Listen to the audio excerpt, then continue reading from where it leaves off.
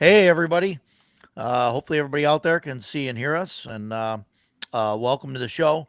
Before we get started, I want to say that today is Veterans Day. And anybody out there that served, thank you for your service. Absolutely. Thank We you. Oh, appreciate thank you. you. Thank you. Appreciate it. It's not something that I did, and I always Me either. thought it was a scary prospect for me to jump in there. But so thanks for doing that, guys. Defending America and freedom and all that fun stuff. Um, so today we're gonna be talking about spellcasting, and we have with us we've got Jason over there. I keep pointing the wrong direction. Jason over there. Below him is Decado, as usual. And today we've got Richard Bloodworth, as it says. It doesn't say GM Bloodworth today. No, not today. And we're going to be talking about magic systems and spell casting, and I'm sure we'll get off topic and end up talking about everything else. Who knows what, and I'm going to try and stay on topic, but I'm not in control of these guys, so or myself for that matter. So, thanks everybody for coming. So before we got into doing the systems, I know I kind of sent you guys an outline, and I'm sure that we'll jump around a lot between things. But I kind of wanted to hit a couple points that are kind of universal points that maybe aren't necessarily in the system, but things that we run at the table. And I mean, since we're talking about spellcasting, obviously the first thing you got to do is find the spells, right? Mhm. So how do you guys normally handle it in games as far as acquiring new spells? I usually like people have like I do it where like you automatically get one when you level up, and then otherwise you have to do research, or sometimes you have to find a scroll and try and memorize it, or you have to find another spellcaster that knows it. Or you can just say spend 6 weeks in town and to learn a 6th level spell or something like that. What do you do at the table, Rich? Oh, well, recently what I've been doing is that I let the player will choose at least one spell, that their choice. I've been giving them automatically. It depends on the system, but they can all read magic. Magic users can read magic. Illusionists can read magic automatically. Doesn't take up a slot. All right. Really? Okay. And then they'll have one spell that they can choose. Then their intelligence bonus will give them an additional spell. Like if they have a +3, then they can have up to an additional +3 first-level spells that they have memorized automatically in their spell book, and that they can memorize those for the day as well. Now, if they have like a 17, then they'll also have a second-level spell when available, and an 18 would be a third-level spell. So I give them early on, first, second, and third, depending on how high their intelligence is. Now, clerics, they don't have to have a spell book. They don't have to memorize. They will have a number of spells that they can that they can use, and they're favors of their deity, right? Yeah. So they have the full selection of all of their first level spells. Druids, the same thing. They're drawing upon nature, so I let them draw. So only magic users and illusionists have to memorize spells for the day. Yeah. In some systems, clerics don't even get spells at first level, so they got to prove themselves to their god first. And those Glorious systems battle. Those systems suck. Well, that's the original D&D, right? Yeah, right. Right. D&D Awful. was like that. What do you do in your game, Decado? You're running Castles and Crusades, right? Do you run by the Yeah. book? Probably not. Kind of like how Rich does it. They pick out like whatever, if they got a spell coming to them, they usually pick what they'll do. I mean, I drop them in the game here and there. They'll find scrolls or they'll find books and stuff like that. I would like to experiment at some point with more like what you were talking about, Roger, where it's like, all right, you want this? Well, you got to go find somebody Yeah. how to do that. Like, but I mean, we kind of just assume like they in their downtime they've been doing research and that's how they're getting this new spell. So that's kind of how we do it. I Sure. do the same thing Rich does. Mm. Spellcasters, arcane casters, they know how to read magic. It's not a spell; it's actual ability that they learn. Because I never, even back when I used to play AD&D as a kid, I'm like, I Yeah. got like 2 spells, and I'm gonna waste one of them on read magic. Like it's that's one of the things I Yeah. like about Dragon Slayer is I think Mhm. Dragon Slayer they have it as an ability. Yeah. And Right. Right. that's the way it But should that, be. yeah, and that's an interesting concept too. Like read magic being a spell. Like generally, if the group finds a scroll or something like that, I'll have either the wizard or the cleric or something make a check, just make an intelligence check or a wisdom check for depending on whether it's arcane or divine, whether they can identify it or not, and not necessarily have to cast read magic, to figure it out from there. Um, but I used to do it as Jason, I a cantrip. uh, That's what I used to do back in yeah, like cantrip, yeah, and AD&D. then It you was could a just do cantrip. it. Well, You do it. cantrips are different in CNC, right? You don't you only get to cast them once, right? No, They're not cantrips like are a machine different gun, in CNC or are they? because you can say you have 4, you could have 4 different ones and cast one of them 4 times. You don't have to Oh, memorize like, okay. Right. You could I need to spontaneously know cast them or whatever, but you you like only you have only got four.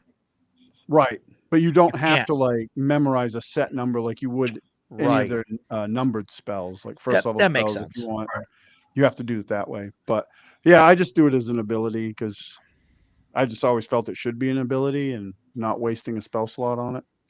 Yeah. Um, Jason, I know you haven't ran a game in a little while anyway. What are your thoughts on Jason's in my campaign for those of you guys that don't know, and we run CNC. We generally do I think I said what is a monetary value, 1,000 gold per level or something for a I spell. think And yeah, I'm then pretty sure that's what Carl was charging Andrew's character. yeah, and then that's like what a character can learn. And I'd like to have it so that you got to go find the scroll or whatever because it's a fun thing. But I mean, I think that gets old. Like when a player really wants to cast fireball and never finds a scroll of it or whatever. So, but I didn't Well, know if you had any thoughts. Yeah. yeah, I also use it, as kind of a control measure on the wizard. For me, every time a wizard levels, he gets a free spell.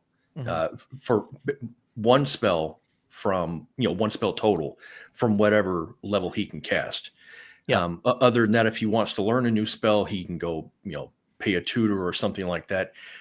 If you find a scroll, then if you want to cast it, like in combat, cast it, fine. You can do that. If you want to put it in your spell book, I would make him do an intelligence check. If he fails the intelligence check, the scroll is destroyed. Tough luck, you didn't get it. If you find a spell book, for me, the spell book is like the complete instructions on how to cast the spell. So you would use so you would do an intelligence check, but I would give you a bonus, and if you fail it, it's not destroyed. It's just I'm not getting this. Try again next week or try again next level or something like that. That's how I handle new spells. I don't like I'm not a big fan of wizards. I don't like using spell acquisition as a way to like dangle the carrot in front of the wizard. That's just needless to me. Right. Right. Mm.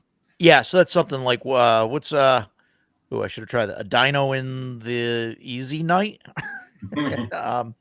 Spellcasting players need to rely on found scrolls, captured spellbooks, or finding a patron spellcaster or spellcaster willing to trade spells. Yeah, and that does it. But yeah, like in my game, we do that, but also the wizard gets a free spell every level basically of their choice. So, because I assume that they're I've they're had actually some researching it. nightmare. I've had a nightmare scenario where I was playing a wizard in someone's D&D basic game, and we spent I was like 3rd level, and the last time we were in a town where I can get new spells was back at 1st level, and he he would not let us go to any place where I could learn, or acquire new spells.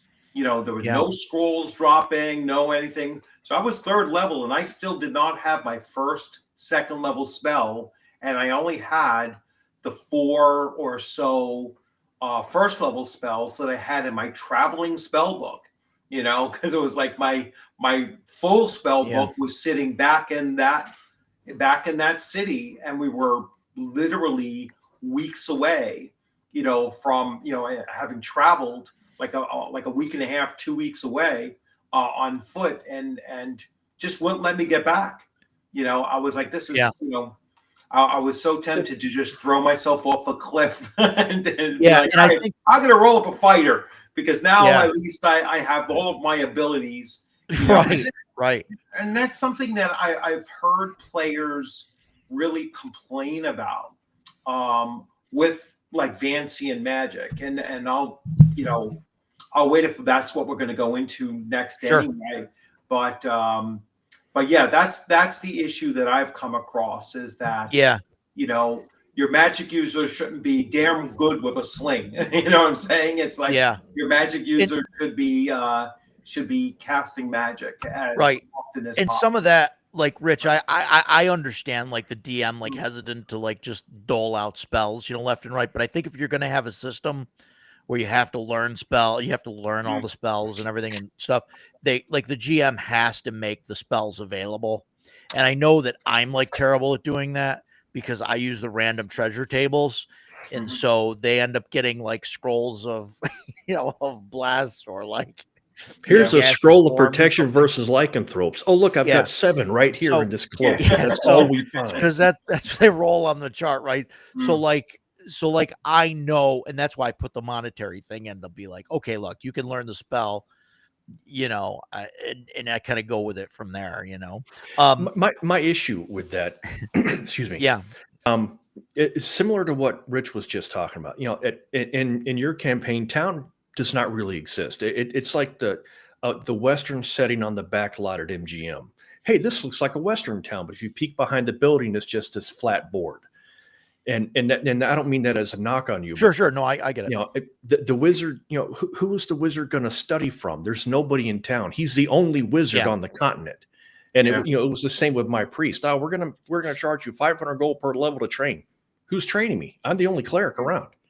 So in situations like that, to me, it's really important that the wizard is able to, whether we find it in a tomb somewhere, or I don't know, he receives a by owl from Harry Potter or something. The wizard needs to be able to advance just like all the other classes do. The money thing, I kind of have mixed feelings on that. And like 5e or other systems, you can go into town. Oh, look, there's a +1 sword hanging on the wall, and it's for sale for 2,000 gold. Here's your 2,000 gold. I've got a +1 sword. So for me, it makes sense to have the wizard buy these spells. It just keeps the party's economy kind of on an even keel. Where there's, again, in your world, and I'm just using your world because that's the one that we're playing in. There are no magic items for sale. We find stuff. In fact, we've got a bunch of +1 crap now that we've got sitting in storage because we can't sell it to anybody. So, I can't go and buy a new magic set of plate mail, and the wizard can't go buy a new spell. We have to find them on the way. So it slows down the magical progression. But I think I was level 5 when I found that +5 spear. It was just a random roll. So now I've got the best weapon I'm ever going to have. So, and it's just, Andrew could easily find a delay blast fireball scroll and hang on to it until he can cast it. Yeah, right. What do you, Chthonic Musings brings up a topic here early about whether magic should be in the blood, and he's talking about like the 3rd edition sorcerers and stuff, or like I guess I'm gonna just say right off the bat that no, I don't think so, because I don't like having like races or anything that has things that can naturally do it. Like magic in all of my worlds has always been like granted or given or drawn from like another powerful being, and it's just not something that you can just like just just cast for, just because you can, no innate casting ability. My opinion. I don't know what you guys have, if you guys have any opposing thoughts on that. It makes no difference to me. Yeah, Yeah. I don't think every, I mean, when you look at like 5e, of like the 27 or whatever subclasses, like Yeah. 22 of them can cast spells. It's Yeah. like if everyone's a spellcaster, then Right. it kind of loses the mystique Yeah. of what No. magic is supposed to be. I mean, I I understand don't we're in mind a high like fantasy. some of the other classes, but Yeah. I'm not. I guess I'm kind of like Jason. Doesn't really matter to me. There are some of the other classes, maybe not exactly how they're done. I don't like, but like the warlock. Like I like the concept of the warlock with like its patron Hmm. and exacting like the patron isn't typically a charitable being, so it's like there's a reason he's giving you power. So it's like Right. you might have Yeah. to do something. Like I like the Hyperborea version of the warlock, which is actually a fighter subclass. Hmm. I think that's pretty Yes. cool. Yeah. Yeah. And And I that think that's the way relationship it with the should be. patron is a big draw. Yeah, I Yeah. agree. What if Wizards has midichlorians? Get out. Midichlorians. Get out. Yeah. Okay. No. Right. No. Yeah. No. Yeah, No. what'll be an interesting thing, because I've looked, thought about that kind of thing as well, and it's like if you think about the number of adventure level characters in the world, you know what I'm saying? It's like imagine if you just had your players roll a D100 and you need to be under a 5 in order to have a class leveled character. Otherwise you're just a 0 level human doing whatever you're intending on doing, but they should be infrequent, and Right. Sure. and one of the ways that you kind of curtail that is by having a magic system that does have those trade-offs, like Jason was talking about too. Like this is not something that you just go out and there's no cost associated with it. There's a lot of time associated with it. Especially if you're using time like AD&D First Edition had, where you might have to study for a week to learn a new first level spell. Yeah. Now you can alter that with like I usually do with like your if you have an 18 intelligence, well, it only takes you 4 days to learn it instead of 7. You know what I'm saying? Sure. Like I keep on reutilizing that modifier to things that make sense. It's like magic users to me didn't need extra ability to speak languages. You know what I'm saying? It's like give them more spells, for Christ's sakes. And then but other systems like I'm a big fan of blood magic, where if you're casting it, you're drawing your own hit points to cast it, unless you can snatch hit points from somebody else, like like an energy drain almost. And that I kind of like that idea, because then there is a give back for being able to cast. It could actually kill you if you're casting a spell higher than your ability to cast it as well. Yeah. Which is a cool thing, I think, a cool visual of like a wizard or whatever, like using his last, bit of energy in his body to like cast a spell. Yeah. Rand, There's a system yes, that does that. we are I remember what we it is. are accepting questions from the chat, Yeah. so long as they're good questions. No bad questions though. All right, don't ask That's the right. good ones. You asked the Stan, question, DCC does that, Stan. Yeah, With DCC the blood does magic. that. I knew So you I'd can read it overcharge your somewhere. spells. Yeah. Crimson Dragon I Slayer know. does it as well.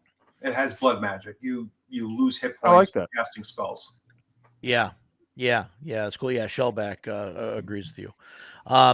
Yeah, it's that's interesting, and I've dabbled with it a little bit in some things, that I've ran, and it's definitely an interesting concept, especially if a wizard wants to like push the spell or something, or be able to try and get it back after it's been expelled for the day or something, that it costs hit points or blood. How do you guys feel about spell components? Do you guys use them? Usually mine are pretty generic. I don't like I tell the players they have to have, like a spell component pouch for anything that's, a negligible thing. And it just has like an unlimited supply of, magic fairy dust or whatever you want to call it in there. Just something that says, so it's a physical thing that like it can be taken away or lost or whatever. And then like anything that's worth more than like 10 gold or whatever, then they actually have to have the physical thing because, that you actually need it. Yeah, doesn't like a resurrection spell require like a 1,000 gold piece diamond or No, So- it does not higher than require that a or something 1,000 like gold that, piece yeah. diamond. It requires 1,000 gold pieces of diamond dust, specifically diamond, which is Yeah. how the hell are you going to get that? You got to crush this diamond. It's a diamond. Yeah. They don't crush. Yeah. That's actually Roger and I were discussing this the other day while we were driving around, and that is the example that I used. To me, spell components are absolutely critical. Otherwise, you're just giving. There are many players out there who will take advantage. They'll casting permanency on everything because permanency doesn't cost me anything anymore. Everybody's got everything. Yeah. So like Roger was saying, if it's sleep, it's a pocket full of sand. I could not give a crap if you've got a pocket full of sand. You pick some up and you throw it at the guy. Bat guano, okay. You picked up some bat poop from a dealer in town. Doesn't cost anything. It's once you start getting monetary value or rare materials, I absolutely believe they should be tracked to a like an exacting standard. How many arrows does the ranger have? He's got 20. You keep track of every one you shoot. How many spell components do you have? Every time you cast a spell, we're ticking this thing off until you go get a restock. Yeah. I'm trying to cool. keep my responses shorter. I've been told that No, that's fine. Yeah. Rand is running his first campaign. Congratulations. Hopefully you love it. Greco-Roman mythology inspired. I want to play in your campaign. Yeah. Struggling to create a magic system, would love suggestions. I mean, the first thing I think of is to go directly to like the various gods and assign them Go to the source. specific powers or specific spells or whatever. And then if you have like clerics or wizards or even whatever that want to go and they want to be able to draw from some of these people, and maybe like a cleric will get more powerful spells, but a wizard, they can get certain spells or certain things from different ones, but they have to balance like how many they're dealing with at a time, especially if they're like opposed to each other. And I think that'd be pretty cool. I don't know if you guys have any thoughts on that. I know, Jason, you're really into the Greco-Roman thing. Yeah. Yeah, man. Some thoughts. Don't write the whole campaign for them. No, and I will keep it short as I can. I'm going from memory. I believe the Greek goddess of magic is Hecate. That would be my sole source for wizard type magic. You pray to her. You get basically a wizard in Greek is a priest. You're praying to Hecate or Hecate, and she gives you the magic. So I would treat it the exact same way. If you're doing Greek and Roman, I would probably not allow scrolls. Spell books would be some kind of funky. They had scrolls and paper, but I don't think I would allow that in the campaign. Maybe some kind of ancient ritual that you would find to expand your spell magic.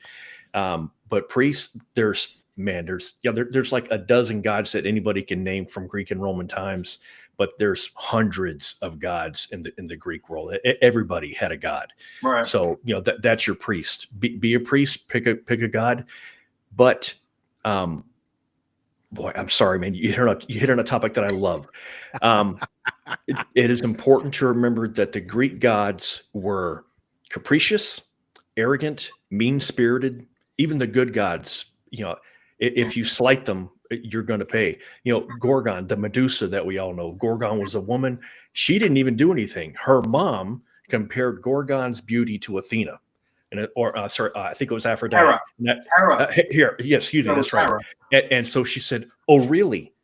and turned her into the monster that we all know. She didn't even do anything. She just paid the price for it. So your priests need to be really, really careful and pay attention to the rituals that go with that particular god. And I'm done for now. But I love your subject. Rand, look if you can find the the DCC Lankmar set. Look into the spellcasting and the stuff with the clerics in there. I don't remember exactly how it works, but there's like a favor mechanic with the gods, and like I think it's every time you cast a spell, it's like a D12 that you roll, and then like the higher the number, like the better your favor is with them. But if you roll lower, like and the die can drop or raise, so you can get it up to like a D20, or it could drop down to like a D6, and then your god's really mad at you and you have to like build it back up again. But that was kind of a neat a system looking at that. And I don't remember exactly how it works, but it's interesting to And you could to boost handle that favor up and down. by doing sacrifices. The Greeks were always sacrificing something to the gods. And I don't mean human sacrifices, although many of them did. Sacrifice a lamb, sacrifice a bushel of grain, things that are important to the common Greek person. So you gain favor that way. And if you don't do it, your favor starts to drop. Boy, I can go on all night about this, but I'm going to stop now. Shellback, when you get a hold of a 1,000 gold piece diamond, you put it in a bowl and hit it with a hammer and see how long it takes you to put it to dust. That's where we'll we'll leave that. I think the other thing you could do with like a magic set in like a historical ancient culture is that the magic should reflect what the people of the time believed magic was and believed how magic functioned. And when you look at other like systems like the Hyborian Age, right? So if you look at Robert E. Howard's depiction of magic, there weren't fireballs going on there. Everything was almost like summoning, weather control, controlling people's actions or whatever. But there wasn't that high magic of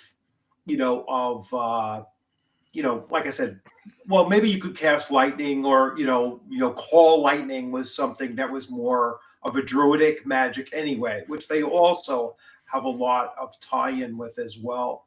But yeah, I would lean towards trying to get an idea of what the people of those cultures in those ancient times believed magic was capable of. And what Jason was saying with like each of the deities, maybe they will transfer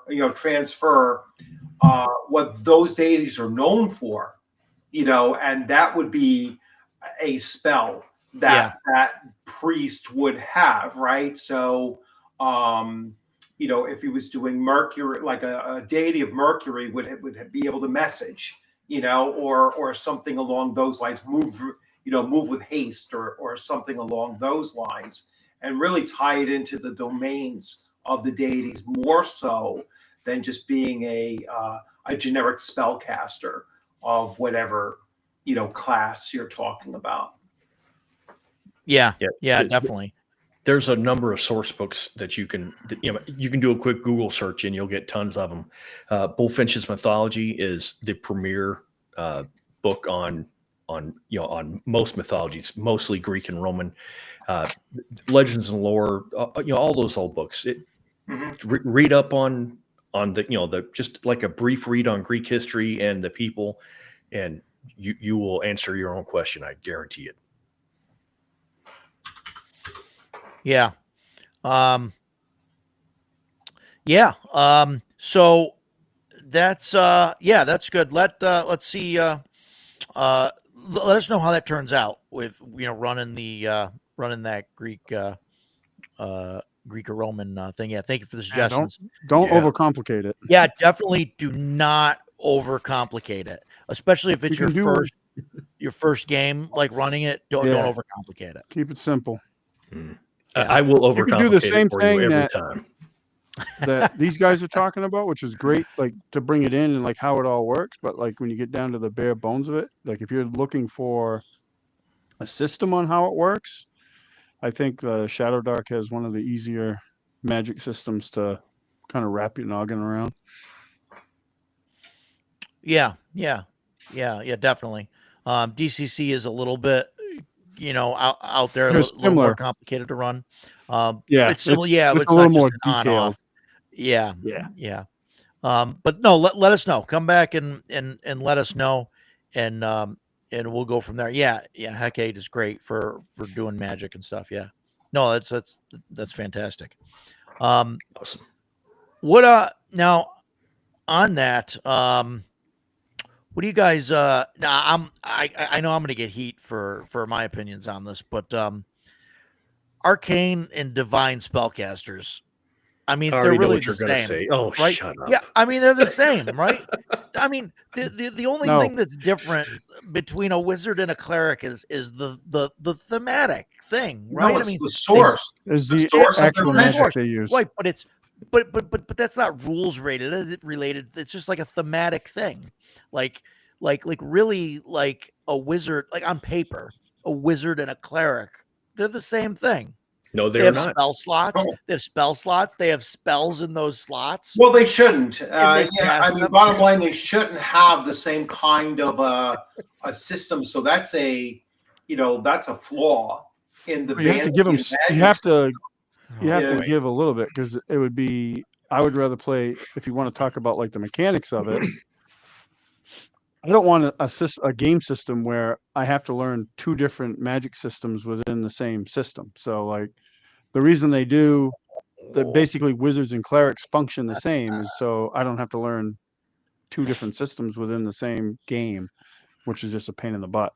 So that yeah, theoretically, like Rich says, they probably should operate differently, but you have to give some allowances, like to They make don't really things operate playable. differently. It's just the source of their magic is different.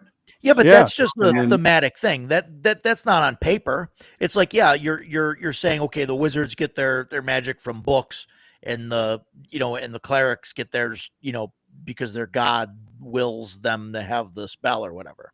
But I mean, that's just a flavor thing. That's not a mechanical real thing. Look, Yeah, Edgelord agrees with me. it's like Edgelord agrees with me.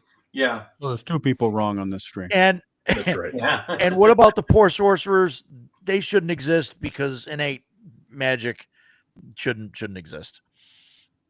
No, the sorcerers are drawing it from their source as well. Only magic Yeah, users and illusionists are the only ones that are harnessing arcane magic through study and practice and Right. just their own knowledge, right? But Clerics, it's divine magic for that very reason. The cleric doesn't have magic. The cleric is granted magic. All right. And then that's the difference. Right. And the sorcerer doesn't innately have magic. The sorcerer is giving something up for that magic, whether you want to say giving up part of their soul, they're risking their own health for it. If you're dealing with like blood magic or whatever, sure.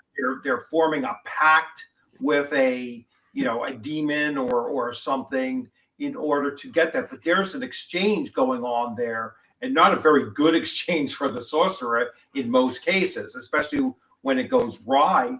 But yeah, I think it's more than just thematic, though. I think it's there is a way to implement it, and still, like Takata was saying, you're not really changing the rules to have them functioning differently rules wise, other than clerics have never had to walk around with a spell book. They have to walk around with this holy symbol. Right. But they've never needed a spell book. Right, but so mechanically they're the same though.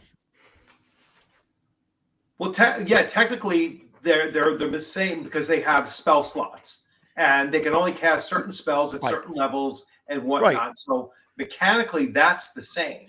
And that's all I'm saying. So if mechanically they're the same, why do we need two classes? Is there any systems where they can cast from any different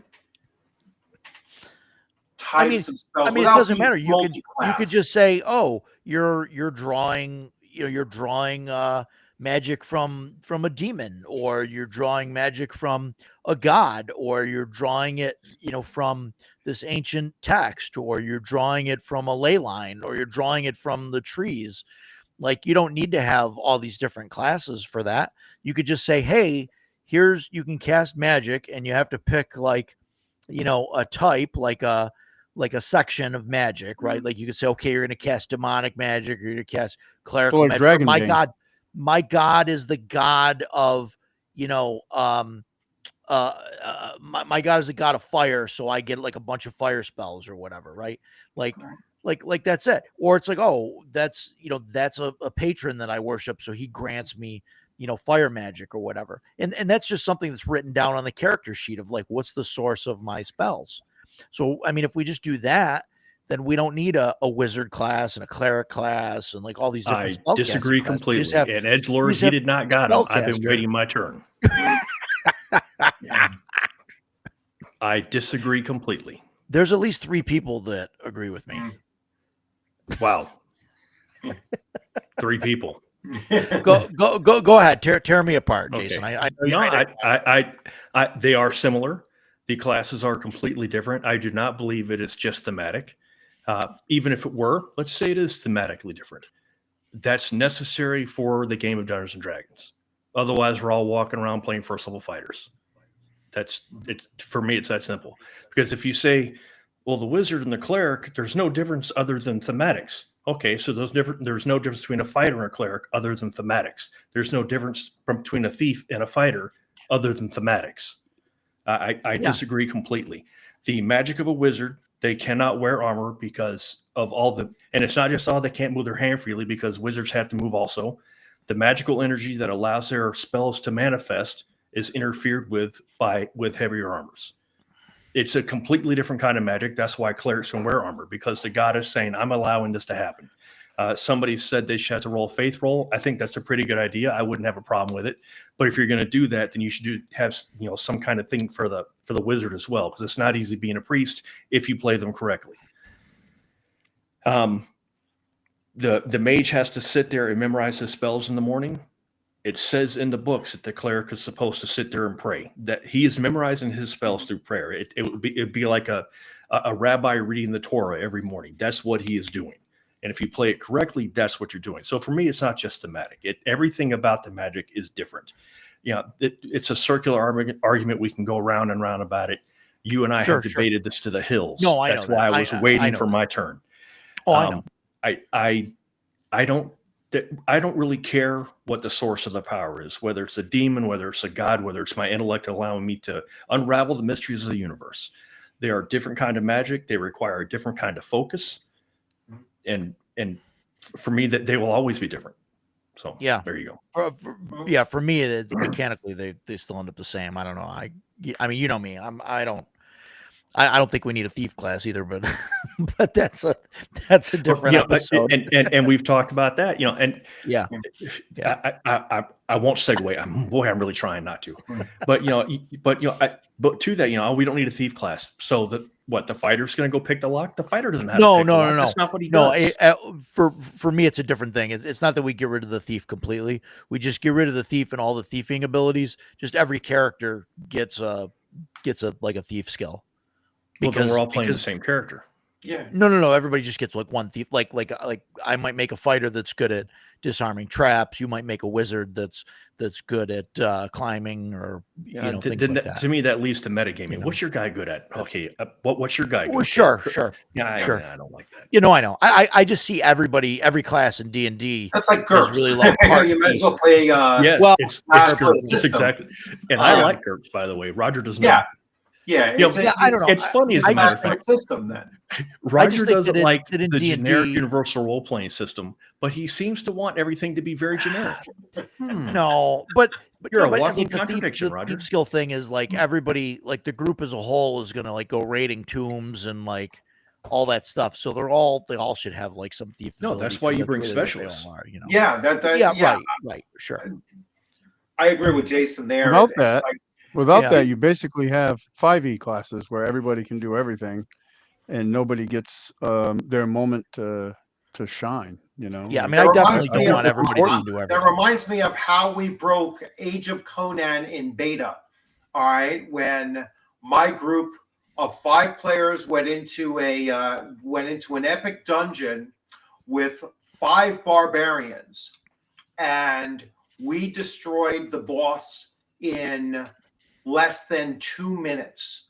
because the bosses were geared towards having its cooldown cycle for a mixed group of party members. Mhm. And once we start hitting them with the same 6 or 7 powers Yeah. in that same order, boom, boom, boom, boom, it had no way of protecting itself, with its cooldowns. And we destroyed it in like 2 seconds. And we're like, hey, wait a second. Yeah. There's a big problem here. We just solved how we can beat every single boss in this game. And they changed it where you can only go in with a certain party makeup. All right. Where you could not have duplicates of any class. It's the same thing. You would break the game, even though it's a role-playing game, you would break the system if everybody had the same skills. Right. No, and I'm not suggesting that. I think everybody should just have one thief skill. I'm not saying everyone should have all the thief skills. Just one. Just you pick one and that's it. But if you can get one, what's stopping you from getting the rest? Oh, I had to go see Joe the lockpick. He taught me how to do it. Well, I saw Joe also, and after I saw Joe, I saw Mike. He taught me how to sneak. He's really good at that. Speaking of Mike, I think you're right. The wizard spells I think end up way more powerful than the cleric spells. And I think that's the balance because the cleric ends up being more of a tank. In the long run, I think the higher level wizard spells are more powerful than the. I think that was certainly true in earlier editions. When Wizards, when 3.5 came out, and now I've got 9th level cleric spells, and some of them are extremely powerful.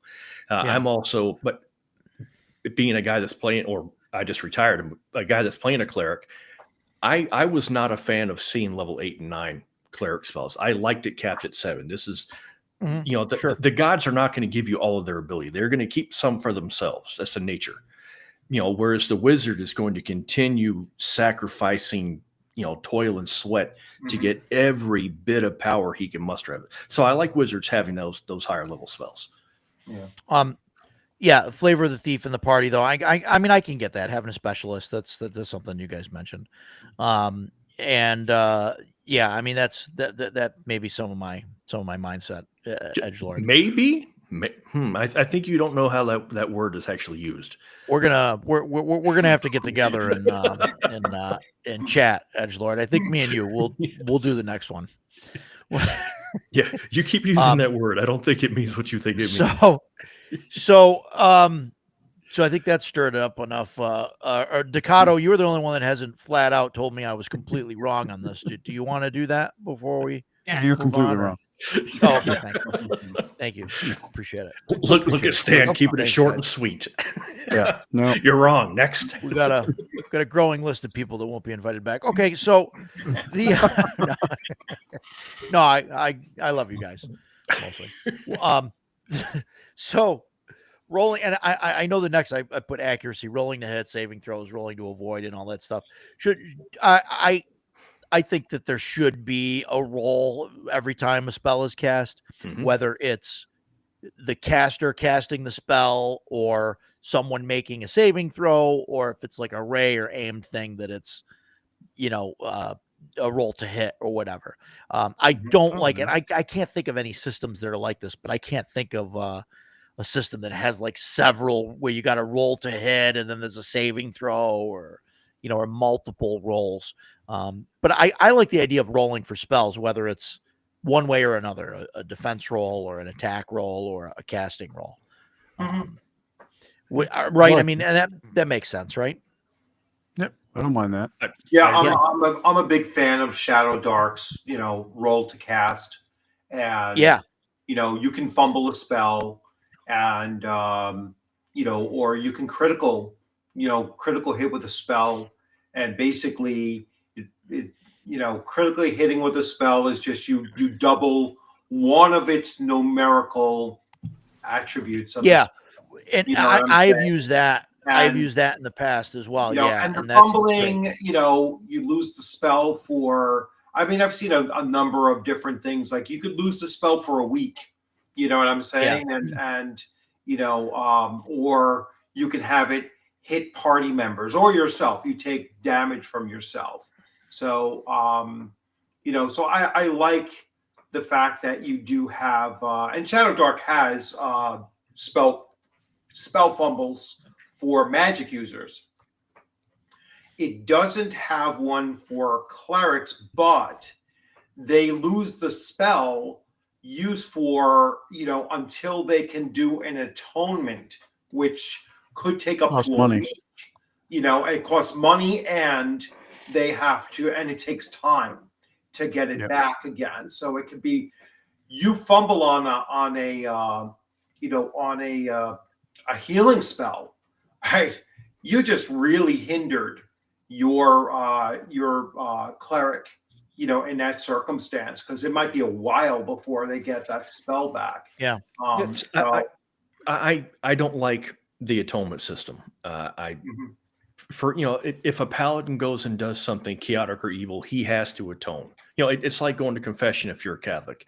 The Italian mafia gangster goes to confession and it confesses to killing 5 guys. Oh, I'm so repentful. I didn't mean to do it. Tomorrow he's going to do the same thing. That doesn't count. A cleric casting a spell and he slurred a word, so he blew the spell. Now you have to atone. What?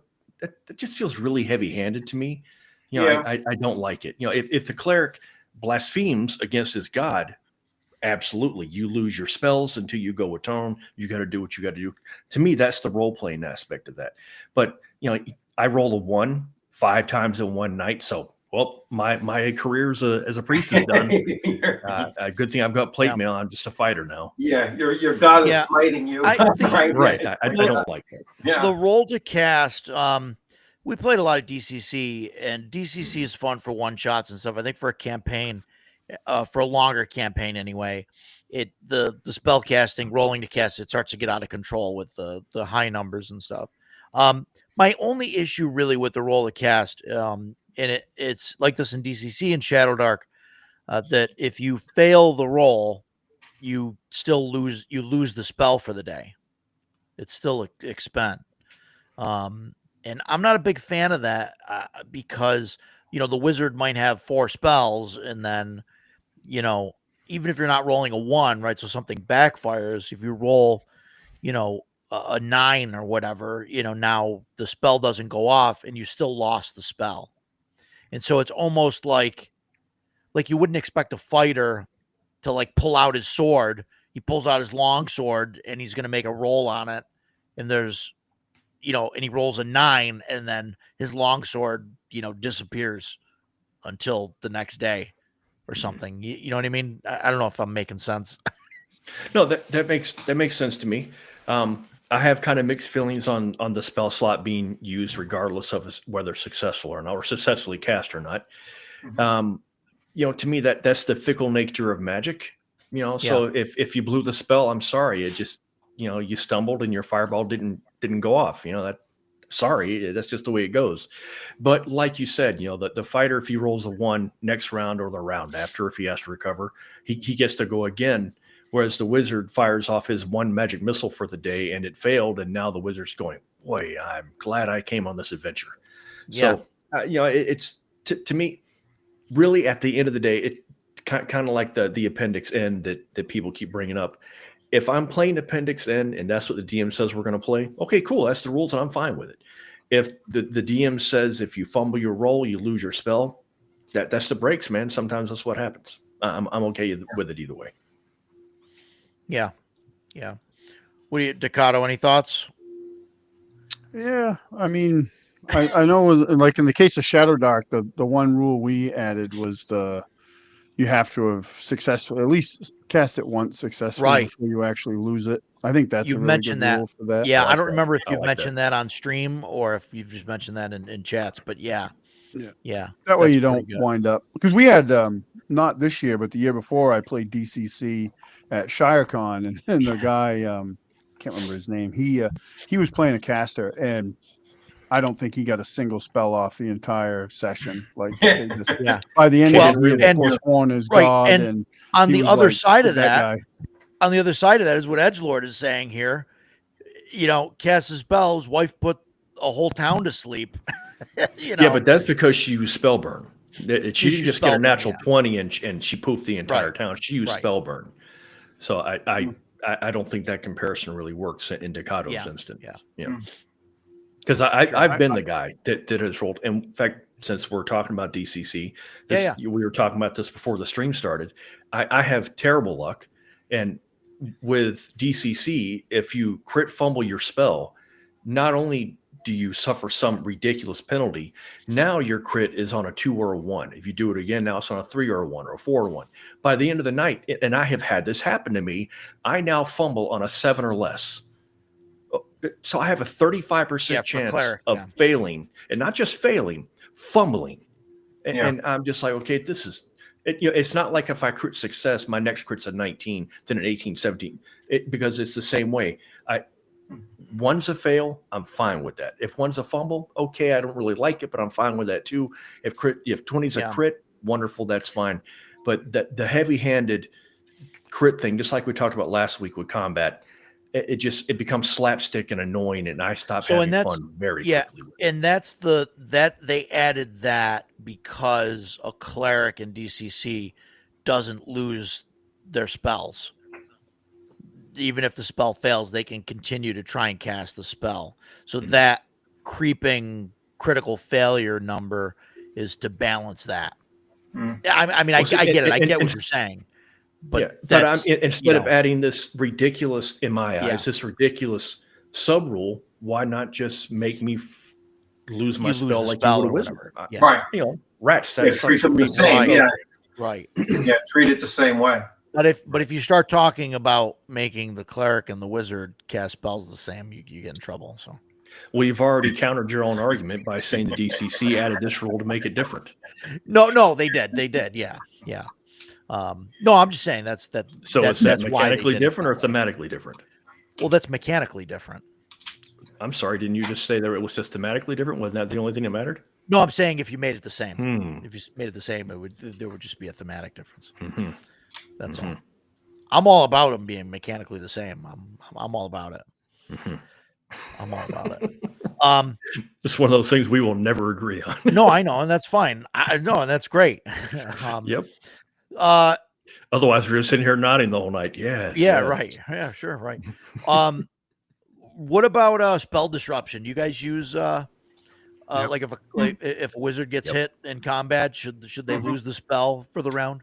What if I give them a concentration check, but they have the chance of losing. What if a wizard loses initiative? Right, the monster wins initiative and it runs up and punches the wizard. Can the wizard then cast a spell on their turn? This is where spellcasting times come into play for me. If the wizard hasn't gone, and this is just my opinion on it, the wizard has not gone yet. He has not started casting his spell. So if a monster smacks him, the monster smacks him. Okay, and then now it's my turn. But again, that's with the casting time.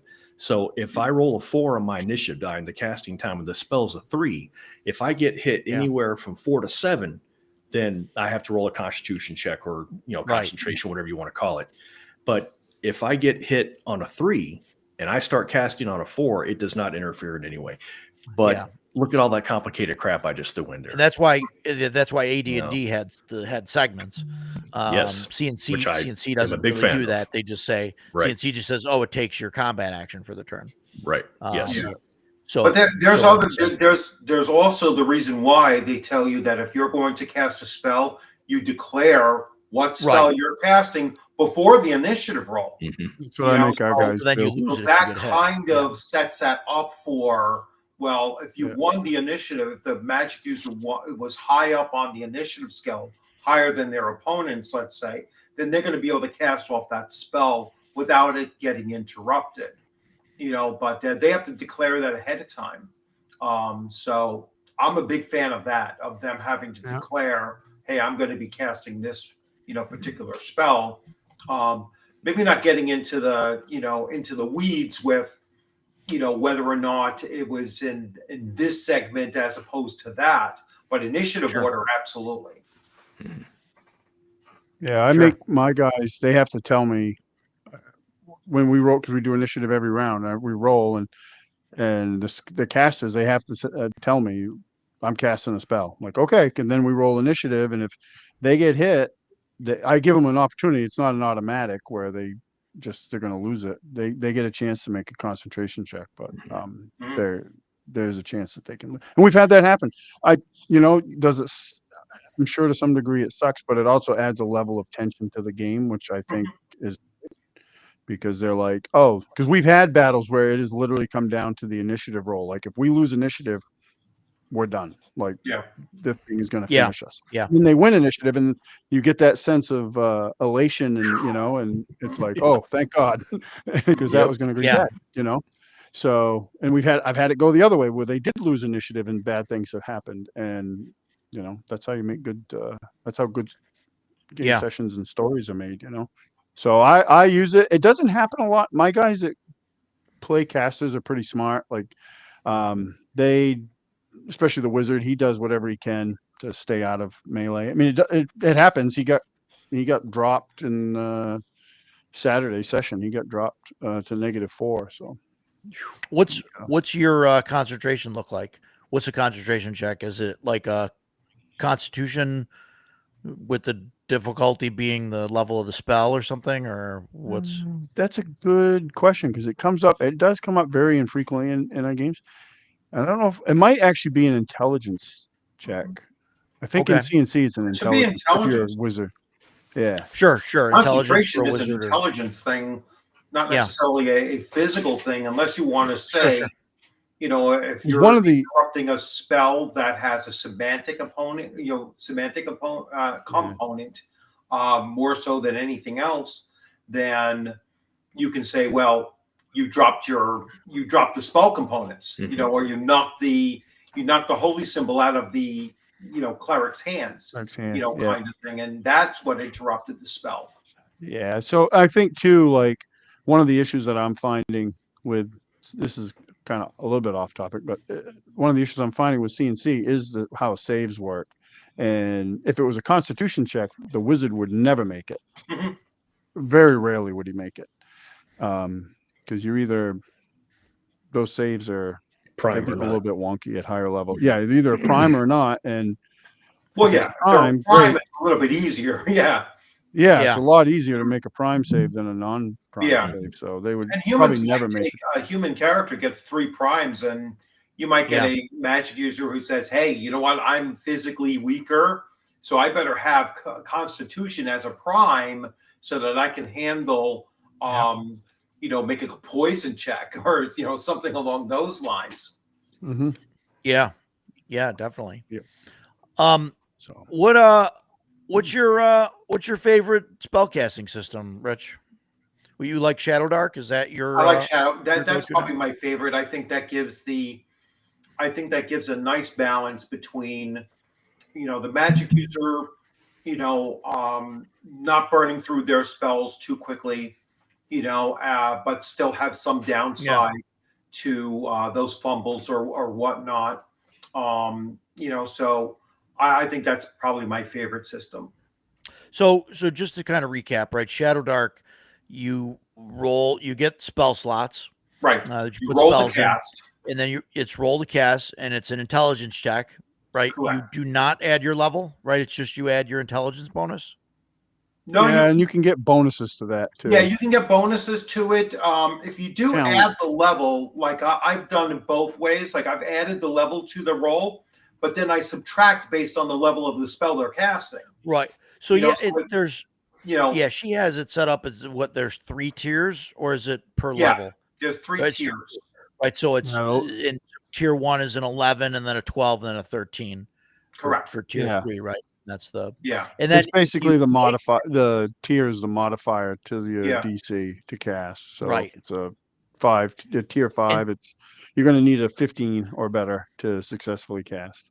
And so if you fail the roll, though, you lose the spell. You lose the If you spell roll- for the remainder of the day or the whatever, day, right? Until let's you say. The Yes. rest. yeah.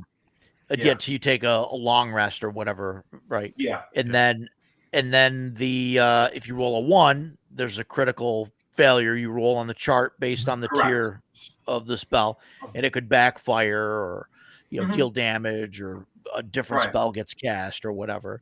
And then if you make it, do you still lose the spell? No, you can You cast get it again. you get to On cast trucking. it again. Okay. So I've had clerics or priests, whatever they choose to call themselves, and they they will not risk casting a Cure Light Wound spell if someone is down by 2 hit points. You know what I'm saying? Unless it's a Right. first level magic user and that's half their Mhm. hit points Mhm. to begin with. But yeah, they're like, I'm not going to risk this for something that, you can heal up 1 point from bandaging. You know Yep. what I'm saying? So it Right. does it forces the spellcasters to be a little bit limited in how frivolously they cast spells. And I think that's a great design philosophy to have, where you don't want them to feel overly confident every time they're casting a spell. Yeah. They hate to lose them. Do you think failing the roll and losing the spell though is the right way to go? Oh yeah, absolutely. I really like Ducato's kind of little addition to that, where if you you have to have cast it at least once Mhm. before you can lose it. Because you got guys like Jason that can't roll over a 5 on a d20 on some nights, and I'm that guy and too. then he's got 4 spells and he just loses all his spells in the first combat and then can't do anything, except for use a sling the rest of the game. Well, that's why I say, every magic user should have a sling or darts. Darts are even better, actually. You can throw 3 of those. Yeah, It's yeah. like We actually had that happen early on in our campaign. Our wizard would, burn through his couple of spells, and then he would kind of sulk. Oh, I'm useless now. And we got back to town one day, and my thief, who I didn't play anymore, came up to him in the bar one day and was like, "Take these," and it was a bandolier of throwing knives. It just, if you run out of spells, just throw a dagger. Yeah, but I'm only going to hit him on like a 19 or 20. You got a 10% chance of hitting him. It's better than doing Yeah. nothing. And so he started doing it. He actually started throwing the Yeah. knives, and every now and then he'll hit, and we're like, yes, good job, dude. 1 point. It's still 1 point of damage. It's great. Mhm. Yeah. It's a backup weapon.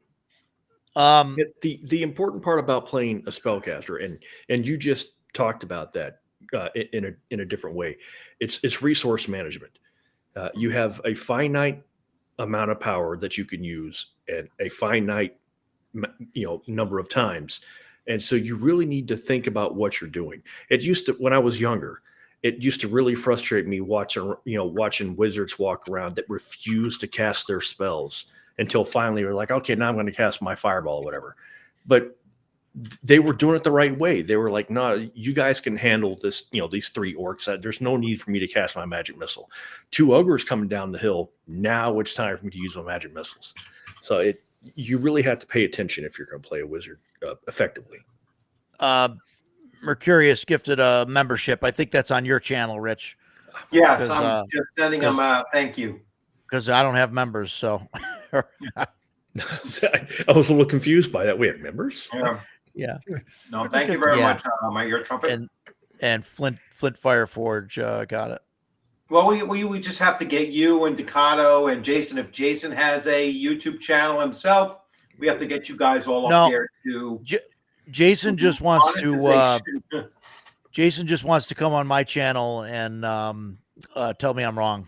That's and and then insult some of the viewers and hey, if that gets you drive away people that might otherwise be interested in listening to us talk. That earns you subscribers and clicks and views and everything. You're all what can I tell you? I'm a jackass. I always and it's funny, and Jason and I've had this conversation. Right? Like, yeah, if we agreed on everything, like it would be a boring stream. If everybody was like, yeah, that sounds good. Yeah, Right. Moved on. When we first, Roger's the DM. Everything about this campaign is his. I take no credit for it. But before we started, he was like, hey, I've got some ideas on this campaign I really want to run. And I was like, lay them on me. And so we started talking, and I was like, what kind of bull crap is that? That's stupid.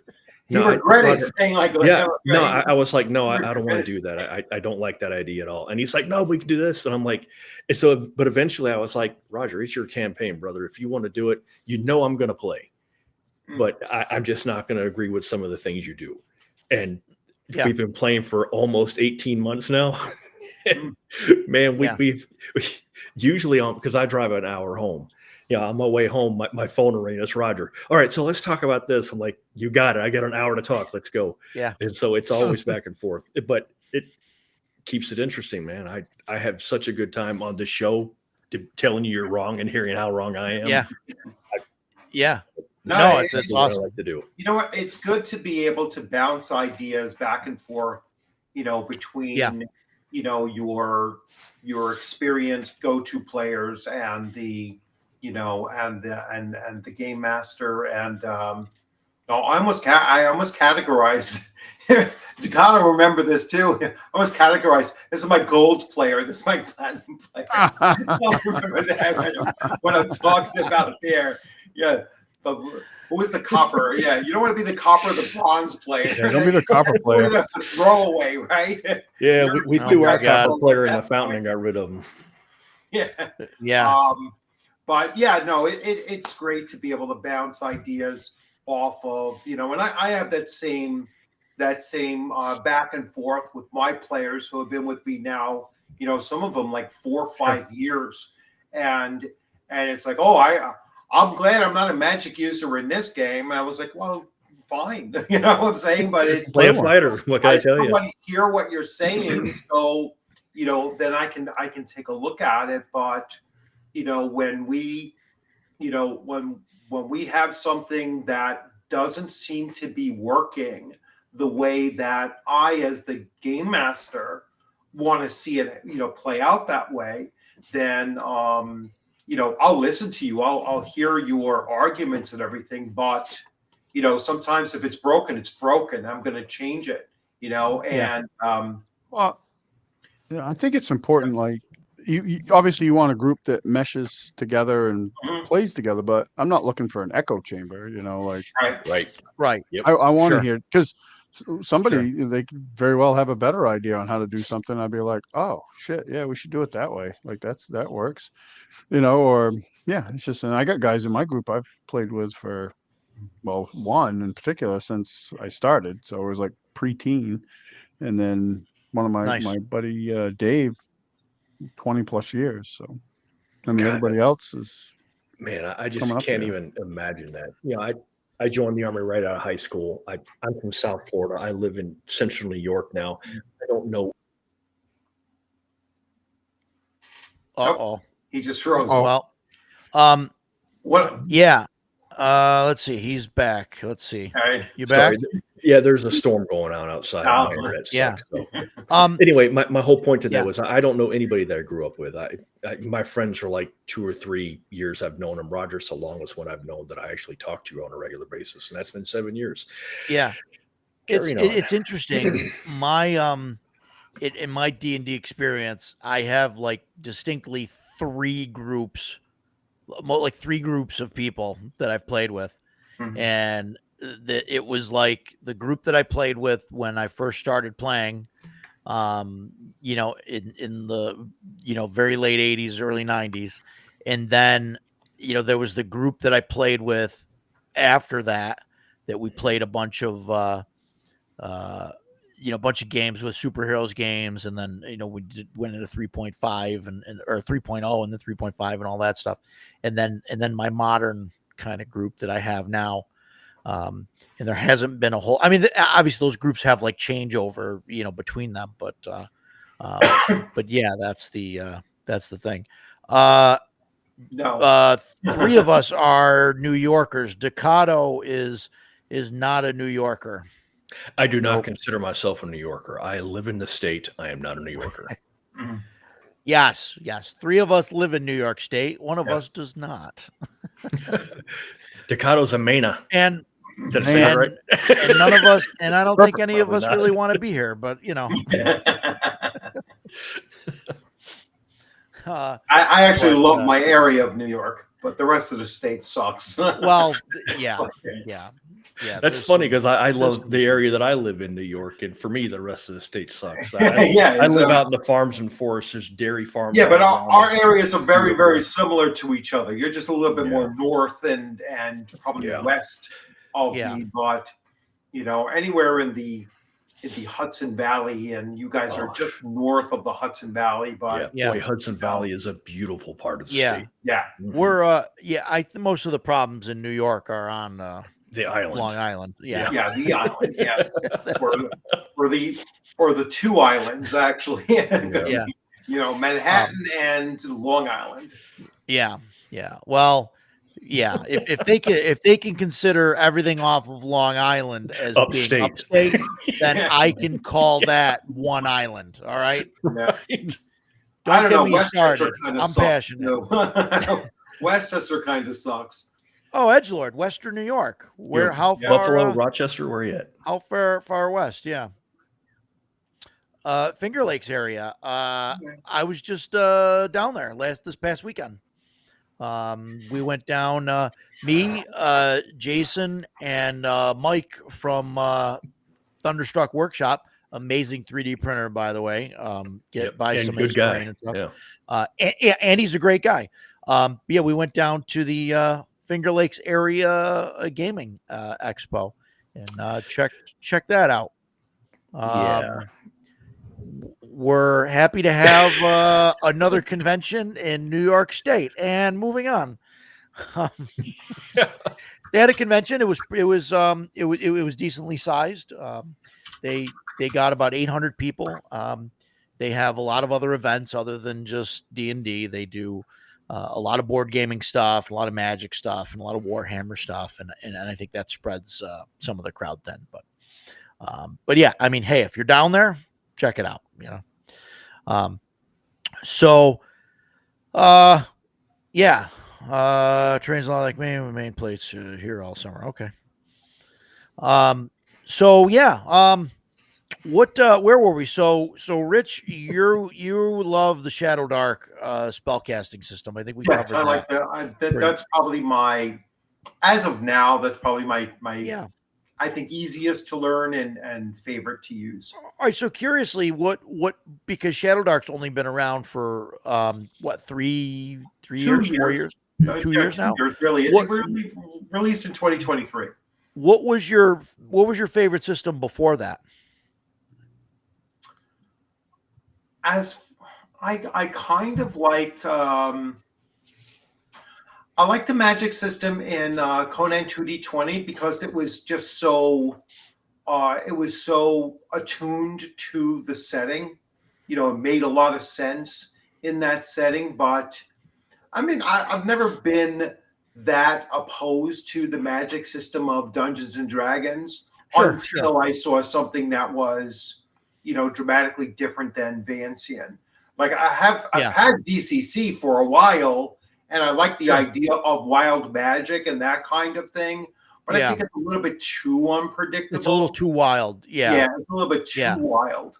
Yeah, I've cast darkness before and accidentally blotted out the sun for a week. So so at least that makes sense. You know, it's like you cast darkness and it's either you blow out a candle, or you blot out the sun. It's like it's never like where you want it to be in the middle. Or you turned one of the party members into Jello, which makes no sense for a darkness spell, but that's how wild that magic can be. It can be like completely unpredictable. That was towards the end of the second edition AD&D run. They brought in the wild mage and wild magic, and I remember hating everything about it. Yeah. It was just felt so out of place. I just didn't like it. So what's your favorite magic system then? Me? Yeah. That's why I'm like looking at my shelf. I'm looking back at all the different systems I have. I don't know if I actually have a favorite magic system. It's more I have systems that I don't like to use. There are not any really that I refuse to use. I grew up playing first and second AD&D, so I like those systems. I never really had an issue with them. And so, the all those OSRs that follow in line with all those, I'm okay with those. But, behind me on that shelf back there is Dragonbane, one of the greatest games ever written. And I really like the magic system in it. I think it's fun. I like that the wizard can reuse the spells. He just has to roll to succeed and you're good to go. and they have the tiered spell thing where it's like, okay, you could spend 2 points and it does does this first this. effect, or you could Yes. spend another 3 and like you could get up to the tier 2 of Yep. that spell or tier 3 and roll more dice. Yeah, Yeah. that's fun. And and that you don't lose the spell and all that because that's based on the point. Yeah. A point No system. PowerPoints. A way long time ago, I was playing second edition with some friends in the barracks, and the guy that was running it said, and he was talking to me, and he said, "I have a system for you that I think you're really going to like, and once we play it, you're never going to want to play AD&D again." And I remember looking at him going, "That's a very bold statement, sir," because I'm a huge fan of AD&D, and it was Palladium RPG, which is not terribly popular. Plenty of people have played it. But it's it died out a long time ago. But he was right. I actually really like the Palladium RPG for a number of reasons, and I like the magic system. Although it's been so long since I played it, I couldn't tell you what I liked about it. I just remember being, "Wow, this is great." There you go. I don't make D&D fun of Dad spell and points. Son. I don't I don't hate a spell point system.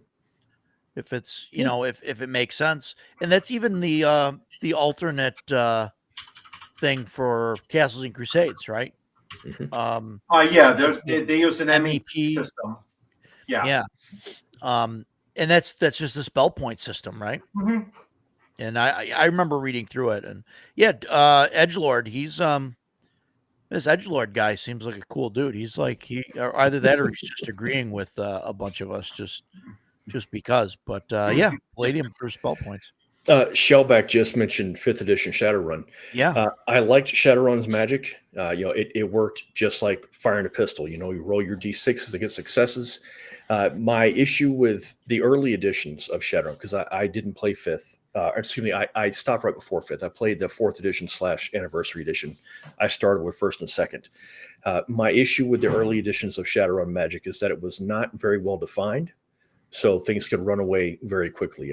Polymorph into an animal, I remember, was a spell that one of my spellcasters used to abuse all the time. I shapeshift into an elephant. And I'm like, "Oh, for God's sake, dude. Fine, you're an elephant. You've got 1,000,000 hit points. You can trample on everything. Game's over. Ready to go home." Anyway. Yeah, Palladium Fantasy, no comment. It's great. Riffs, no comment. Okay. Military Bros, yeah, biggest tabletop nerds is great. Yeah. Let's Consist a Group or Army Dudes, fun as hell. Yeah, and I've never served, but like I've heard great stories from Jason about people in the military and those games that he's that he's played out there. And I mean, I would guess, and tell me if I'm wrong. I know you like to, but I mean, I would guess like especially when you're deployed, or I guess even when you're stationed somewhere, like you've got like a 12-hour shift of like watching the gate or whatever or something, and right is that yeah, but that's not real. I mean, if you're watching the gate, you're not playing Dungeons and Dragons. You're standing there watching the gate. Sure. No, I don't know. But really, what the guys that are stationed stateside, if you're stationed at Fort Benning, Columbus, Georgia's right outside the gate. It's a city with Americans in it. I did 4 tours in Germany. And my first tour, I was 19. I was a barracks rat, just like a lot of young men were. I didn't drink, still don't drink, don't smoke, didn't. I had a steady girlfriend back home, so I wasn't looking to go to the red light district. So I gravitated towards other guys like that. My group, when we got back from Desert Storm, we had 13 regular players, and that's a massive group. But amazingly enough, I mean, I remember us sitting in the day room. It was this huge room with like 30 chairs in it. We're all around the table, and there was never any chaos. We just played 2nd edition Dungeons and Dragons. We played from Friday after final release, 1600, 4 or 5 o'clock, and we would play until Sunday evening at about 8 p.m. I remember sleeping on the floor in the day room and waking up and being ready to play some more. So that was amazing. Everybody in the military has the same kind of experience. The only problem with that is, when you're lower enlisted, if most of us are single, you are changing duty stations every 2 years or so. So you might have a guy in your group steady for 18 months, and then he's going to leave. It's just constantly cycling group. But that also added a lot to it, because you would get a bunch of different guys that all had a bunch of different ideas. And so it really it kept the game fresh. It was wonderful. Really, really loved it. And then when I stayed in longer, as I got promoted higher and higher, my schedule changes. I retired as a sergeant first class, but once I made the NCO ring, once I became a sergeant, I was not comfortable hanging out with lower enlisted. And it wasn't because I was being a snob, it's because I'm in charge of these guys now. So I have to be in charge of them 24/7. That's how the military is. So it was difficult for me to be like, okay, team, see you guys Monday. And then 30 minutes later, I'm in the day room hanging out with 4 of them. That's setting myself up for something unfortunate to happen. So my gaming became more selective. My group became much smaller. But man, I played Dungeons and Dragons the entire 26 years I was in the Army. No regrets. Had a great time. Yeah, shellbacks. People usually don't like spell points. Mana systems don't like encumbrance inventory either. I don't know about that so much. I don't know. Maybe, I guess. I don't know. I'm trying to think if I've ran into anybody that likes one and not the other, or whatever, or doesn't like both. But me personally, I mean, I like the Vancian, magic system, and again, because I've read a lot of the Appendix N, and if you read Vance, like, you could tell, like, where the magic system came from. So, I mean, I kind of like that, and I also like the idea of a wizard being able to have their utility, like their spells, and not have to worry about, oh, is this going to work or not? Like, they have it and they use it and it's done. And that's no diss on like Shadow Dark or something. I really do like the system. I think it just needs like that little tweak that like Ducato added of, you have to have at least have cast it once. Yeah. Like, I really like that idea. And I mean, maybe that sounds a little more powerful than it should be, but I don't.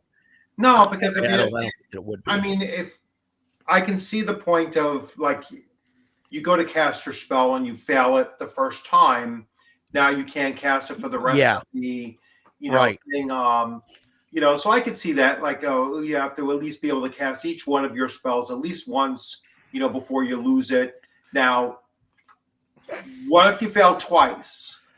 Do you lose it then at that point, or no? According to Ducato, and he's the man of the word on this one. Yeah. Is, no, you would keep going until you cast it at least once, and then and only then after that you would. I guess that's fine, because it's not effective until you actually cast it. Yeah, until you actually cast it, right? Successfully anyway. And then at least make sure that, like, you have it. So that's not. Because you're still not going to frivolously cast. Right. That's the only thing that I would be concerned about, is that, you don't want him to feel like I can just cast a spell whenever I want. Right.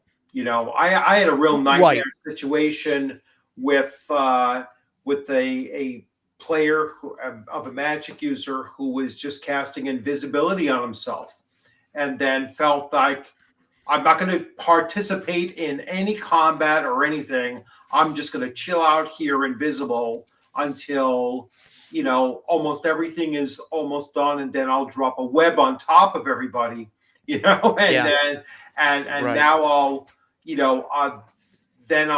wait it out for, the remainder of the thing. It was just a real flaw in, I would consider casting a web spell an attack, and I would have the invisibility. Well, yes, well, no, but that's Right. what I'm saying. Okay. Is like, once he saw that, it was pretty much all right. Now I'll drop a web spell, and I'm completely removed from from the action at that point, and I just didn't, I didn't like the fact that it was a definite flaw in that spell, that it can only be disrupted when he attacked someone. Until I thought about it, and when they were fighting some werebores, I was like, he smelled you.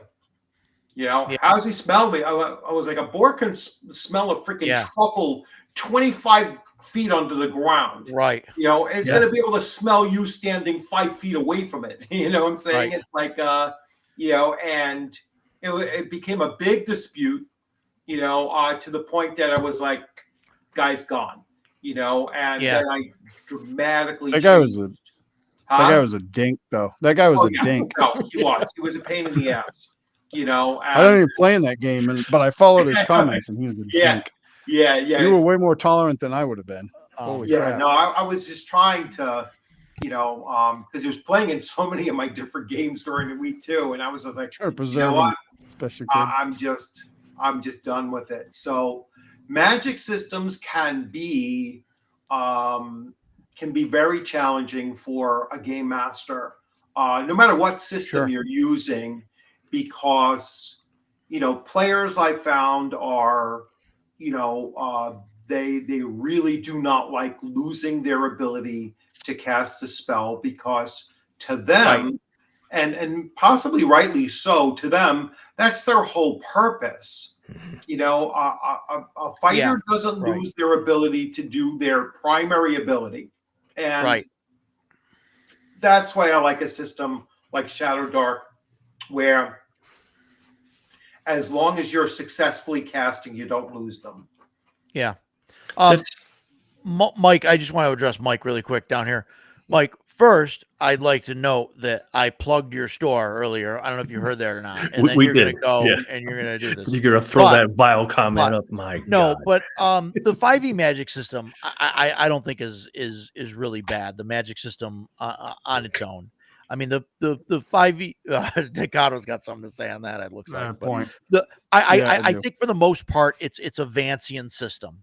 I don't like I don't like that there's 20 classes that have access to magic, and I don't like the warlock that can just every turn 5d6 range, I mean, some of that stuff. But as far as the normal, the wizard and the clerical casting stuff, I don't think I have an issue with that. I think it's pretty close to Vancian. But I'm not sure. Decato, what do you got on that? All right. Just my personal opinion. Sure. 5e spellcasting sucks. It's awful. You are correct, sir. I played a wizard in a 5e game, and I played him to about 15th level we finished the campaign. And the spellcasting part of that character was my least favorite part of that character. And the reason is... So what's different? So what they do is, on the surface, it looks like Vancian magic. You have your slots and, numbers per day, all that stuff. The problem is the upcasting. So at 15th level, there is absolutely, unless I'm casting shield, there is no reason for me to cast a first level spell, because what is it going to do? Nothing. So I would upcast magic missile so I could get my that's right, whatever, and launch them. Whereas in a true Vancian magic system, where it's just based on your level, it's much more. You're playing a much more powerful wizard. By the end of that, I was totally disenchanted with 5e in general. You're I played a lot of it, but the spellcasting I just did not like at all. It just I played mostly fighter. I played a fighter and a rogue. You're better off. A rogue, and then that was it. So what is your favorite casting system? Well, for me, the bulk of my experience is Vancian magic. I like Vancian magic, and there's ways to tweak it, like with the read magic stuff. And a point too, I misspoke earlier. In Dragon Slayer, it's not an innate ability. You can just channel read magic, so you don't have to memorize it. But if you want to read a scroll, you can burn a spell slot. That's how it works. Read and write magic, or whatever the other one is. There's two that you can do. But I just wanted to clarify that. I think detect is the other. Yeah. That's it. You can channel those.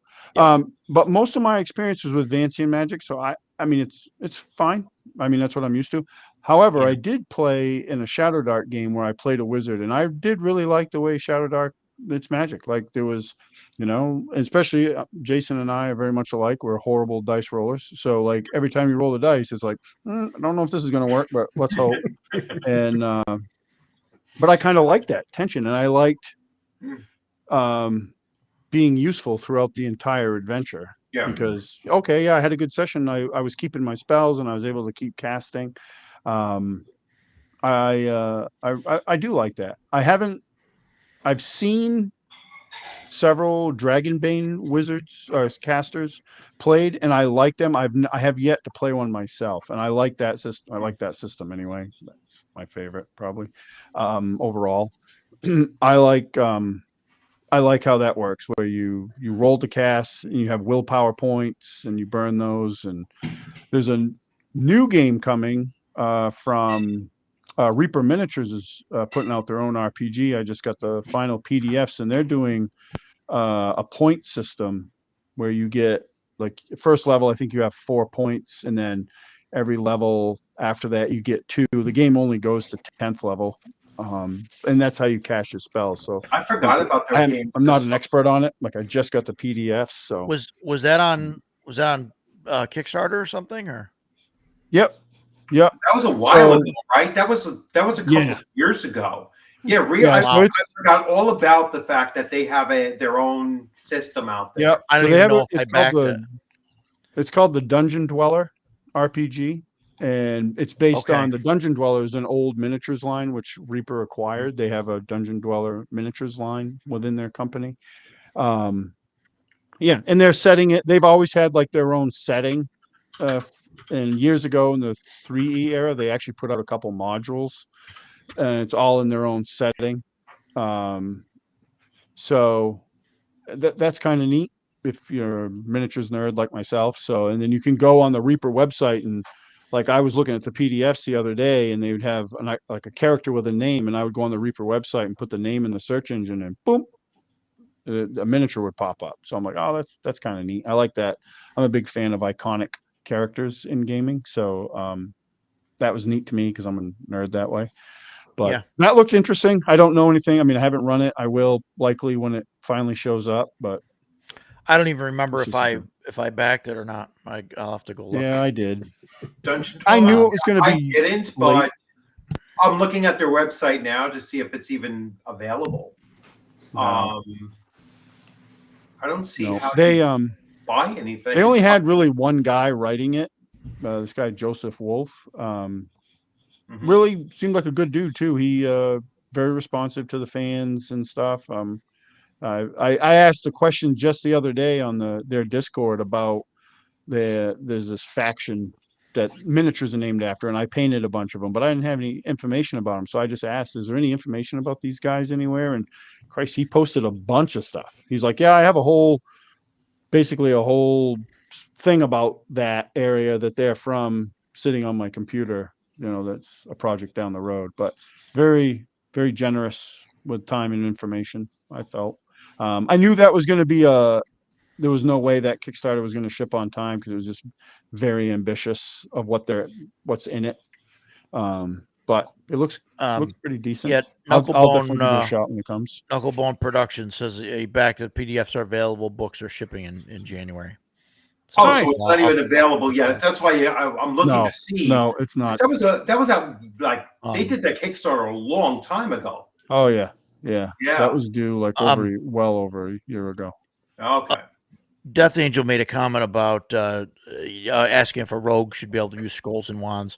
What about fighters? I don't know. I'm okay with a rogue or thief class, kind of having Not like the a fighter. like a use magic ability or use magic item. But I think if it's a Vancian system, then the rogue should have to like roll. Mhm. Like I don't think it should just be an automatic thing.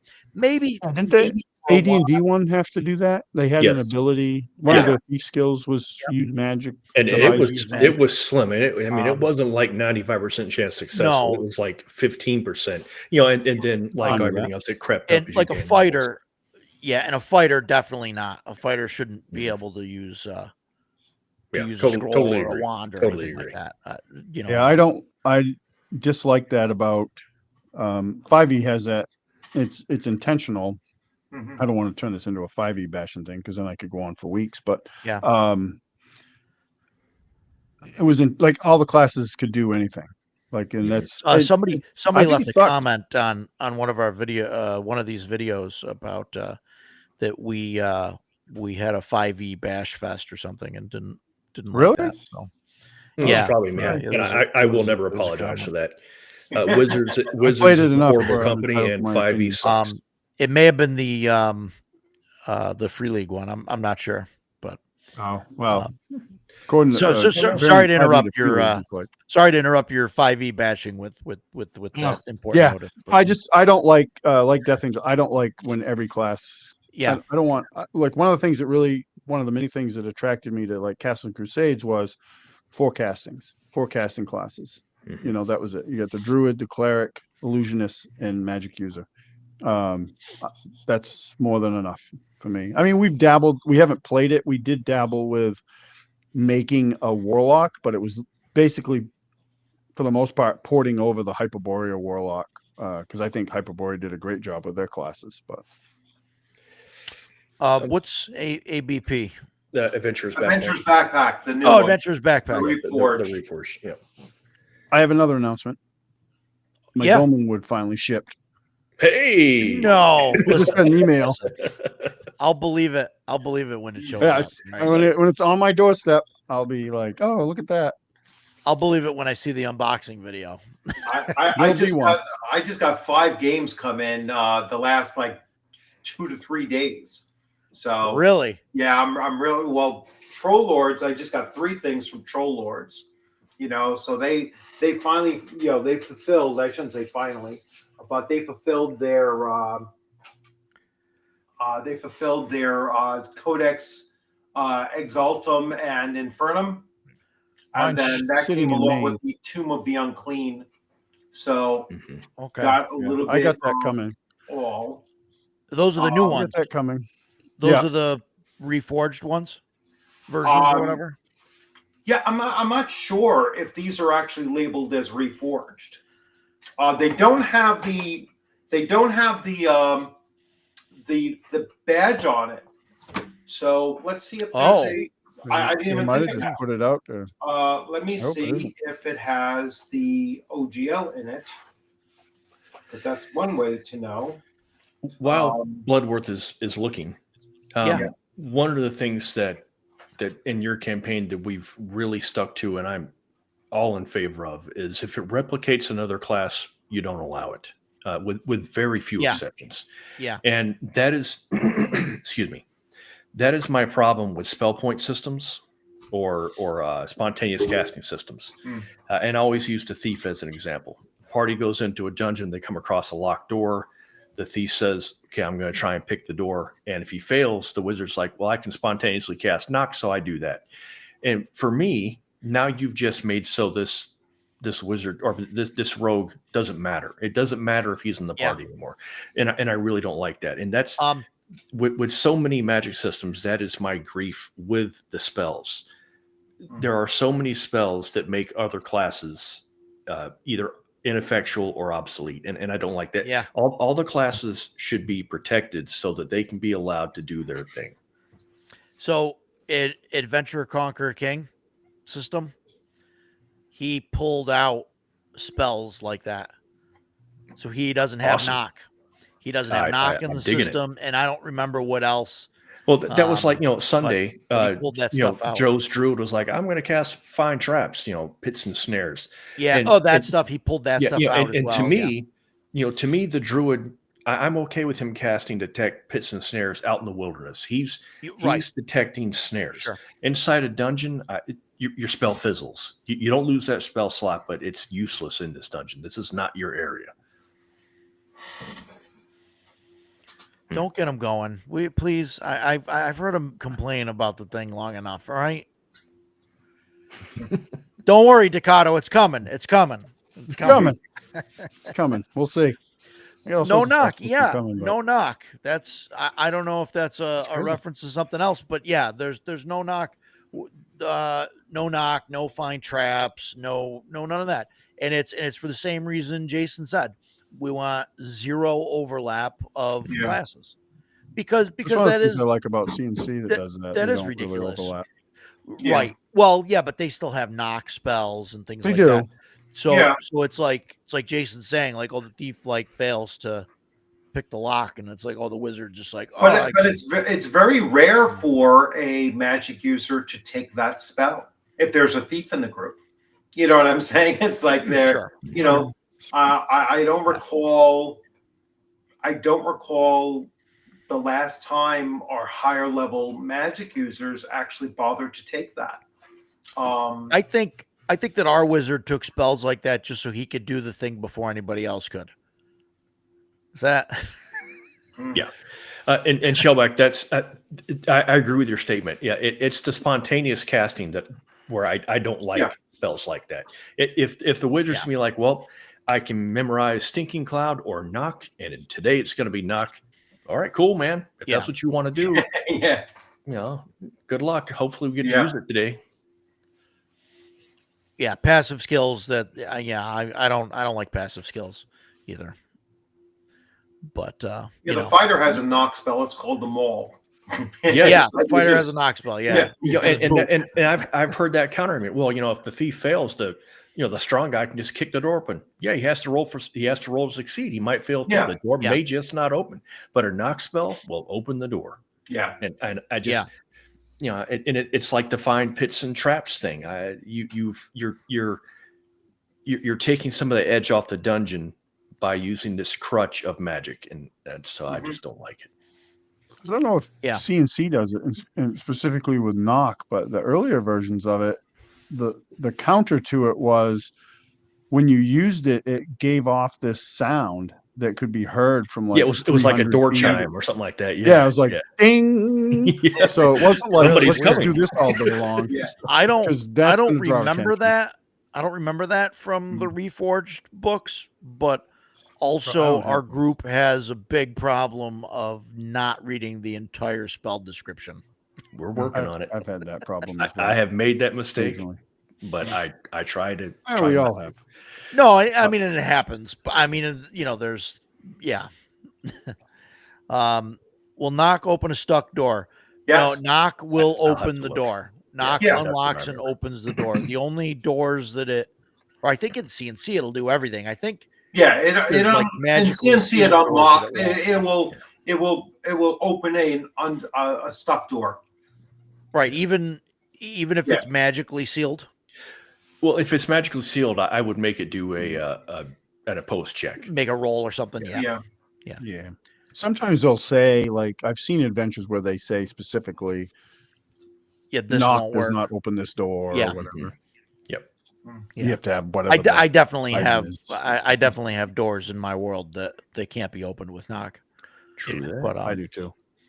But they're far and few between. They're just things that have been put there or sealed by, the spellcaster of unmentionable level, type of situation. But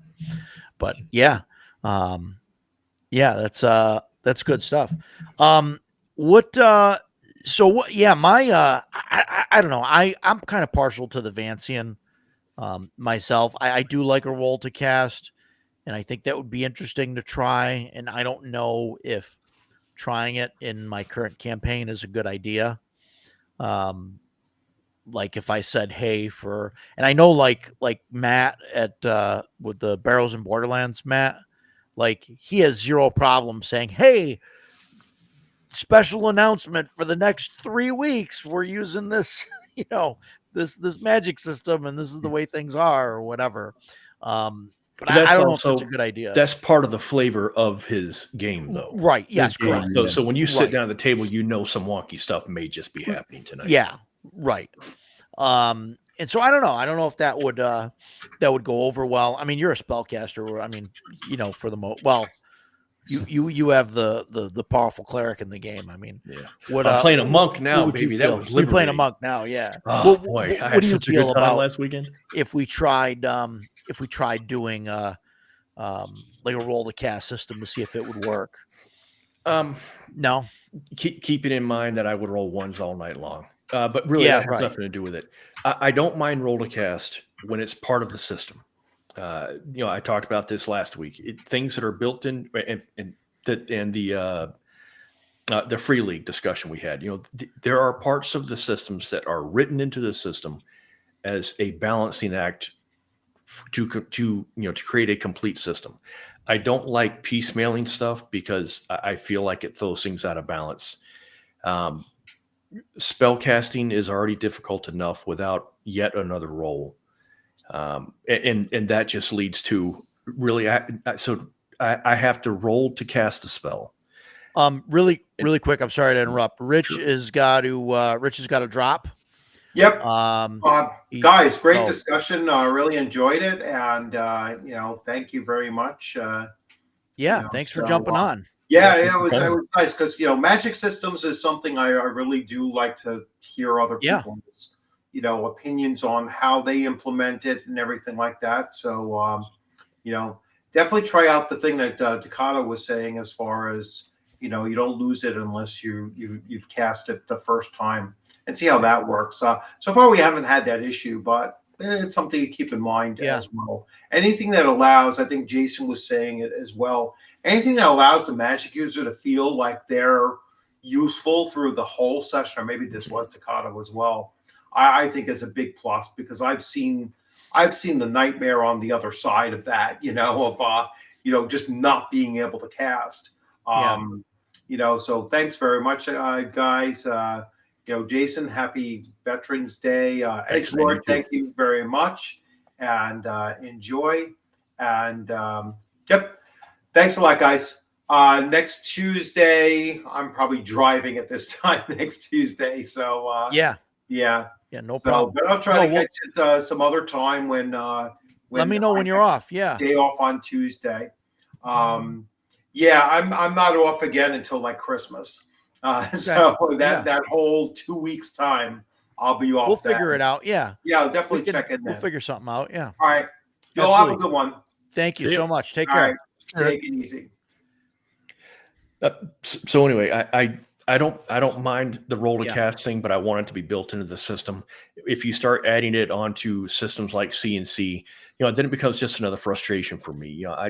I'm in the middle of combat getting my crap kicked in, and now I have to roll to successfully cast, and I have to fight his magic resistance, and he gets a saving throw, and I have to roll for damage of the spell. It just, okay. Yeah, right.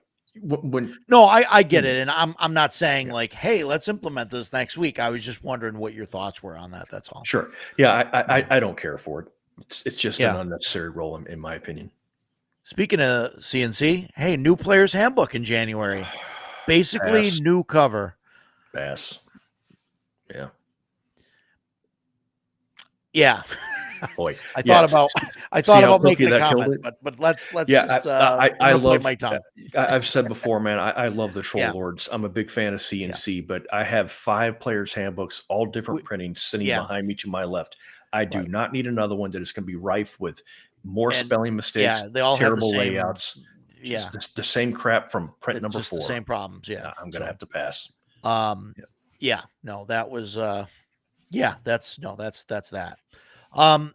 So yeah, what I'm trying to think of what other systems are out there for spellcasting. I know we talked about the a normal Vancian system and having spell slots, roll to cast, Shadow Dark, DCC does that. Spell points, there's the spell point stuff from Dragonbane and the alternate system in CNC, and I guess Amazing Adventures uses that, right? I think I don't know if that's their default. I don't recall.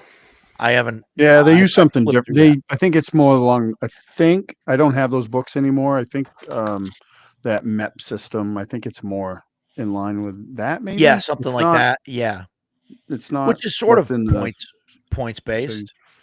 Yeah. And then Dragonbane is interesting, right? Because Dragonbane, you spend the points and you have to make a roll. Yep. It's not one or the other. And you don't do you lose the points? You still lose the points even if you fail the roll, right? Mm-hmm. Yeah. Yep. Yeah. So that's but you don't lose the spell. You just lose the points. But you don't lose the spell because there's no next round. You spend 2 more slots. points and you can try again. Yeah. There's no slots because of the point-based thing. Yeah. I think if you're going to put like roll to cast in, say like a game like Cast Crusades, I think you almost have to get rid of saving throws, like because it's why do you get Yes. two No, chances. I agree. You know what I And mean? Like I think there I would should be stop using one roll. saves. Yeah. One roll for a spell. Mhm. If it's to hit, then it's to hit. If it's a saving throw, then it's a saving throw. If you're rolling to cast, then it's a roll to cast, and that's it. Yeah. You shouldn't Yeah. have to have 5e actually multiple did spells. that. Like my wizard, when I played a 5e wizard, I would gravitate more towards using the roll to cast spells because my DM, my buddy Matt, was awesome at rolling saves, and nine times out of 10 he was going to make a save, and it would just frustrate the hell out of me. So a lot of times I was just using whatever was the roll to hit spells, because then it's just on me, and I had a really good Yeah. bonus, to hit. So more often than not Yeah. that I'd hit, and then there was no, unless they had something else like some sort of resistance, I was good. So yeah, I think if you're gonna have roll to cast, you shouldn't have to also. They shouldn't be getting a saving throw because you're already, Yeah. Other than No, the only other thing, I like in agree. CNC, would be like spell resistance, but you roll that first anyway, and that's just a Right. d20 roll. So. Right. Yeah. No, definitely. Then that's definitely something that would be like, I think, very not only would it take longer at the table, but it would make it like harder to do the spell. Yeah, it's gonna be Like, harder to get because now spells you're off. like, It oh, I seems got to to roll be to both. cast. Oh, I got to roll to see if I hit. Then they're gonna roll a save. Like ultimately they're gonna fail one of those. Somebody's gonna fail or make the roll or whatever. The spells are never gonna happen. That was my You know. frustration with the white dragon that we fought a few weeks ago. I Yeah. understand the reason behind magic resistance. I get that. Sure. But magic resistance on top of saving throws, and we've all talked about how the Yeah. saving throw thing in CNC gets wildly out of control as you gain levels. Sure. At every spell I cast, it resisted. Okay, Yeah. what the hell am I even wasting my time with? It seriously got to the point where I didn't want to play this game anymore. And man, that takes a lot because I love Dungeons and Dragons so much. It was so frustrating. Spell after spell after spell was resisted, and then when it finally didn't resist, it saved. And I'm like, okay, I stabbed Yeah. it with my spear. Yeah. I'm just a fighter. Don't even worry about casting spells. I died having cast 3 first level spells as an 8th level cleric. I never cast any other spells because I knew I was just gonna be wasting my time. Yeah. That is very frustrating. That was you the only thing have in 5e too, because you would have like really big bad monsters would have like legendary resistances. So you knew that if they wanted, on average, they could ignore 3 spells that you were going to hit them with because they could just automatically make their saves. Yep. And I get it because it was Yeah. trying to make the monsters tougher. It's crappy design, but that it is what it is. Yep. But yeah, it was like, so I'm like, I remember fighting a dragon in one of the games I played in, and I literally only cast magic. I had 2 magic missile wands, and I just kept firing magic missile because it just was going to automatically hit, and I would do a little bit of damage, and because none of my spells were going to matter that if I cast them. So it Yeah. was frustrating. And I understand why like spell resistance is there. I don't know what like the solution. I guess the solution would be to just give dragons like more hit points or something instead of I don't know if that's a you know solution though, because that Right. just turns it into a You know, slog. right. And I Right, don't like it. right. Like I said, I don't like it, Yeah. but it is part of the system. And I know that going in. Yeah. So, it was frustrating for me watching my spells just can be completely ineffective. But I knew going in, we're fighting a dragon. It's very high level. We already know that part Yeah. too. We were able to figure that part out. So we know this is going to be a tough fight. It was just very frustrating, and Yeah. it gets to the point where it's like, okay, I'm not fighting a dragon anymore. Now I'm fighting a demigod. If it's a demigod, okay, cool. Let me know ahead of time and I will go somewhere else. And so it was, Yeah. I The don't other know. thing you can do too, though, is Yeah. because I know I've used monsters in my CNC game that have magic resistance, and that frustrated our wizard. And then he turned around and did like magical research, and he found spells that were like, oh, this spell ignores magic resistance. So I Right. was like, oh, well, crap. So, Yeah. but he found a solution for his problem, or Mhm. to some Yeah. degree. I don't mind magic resistance. I mean, I'm obviously coming from the game master side of the screen, so Sure. just because Sure.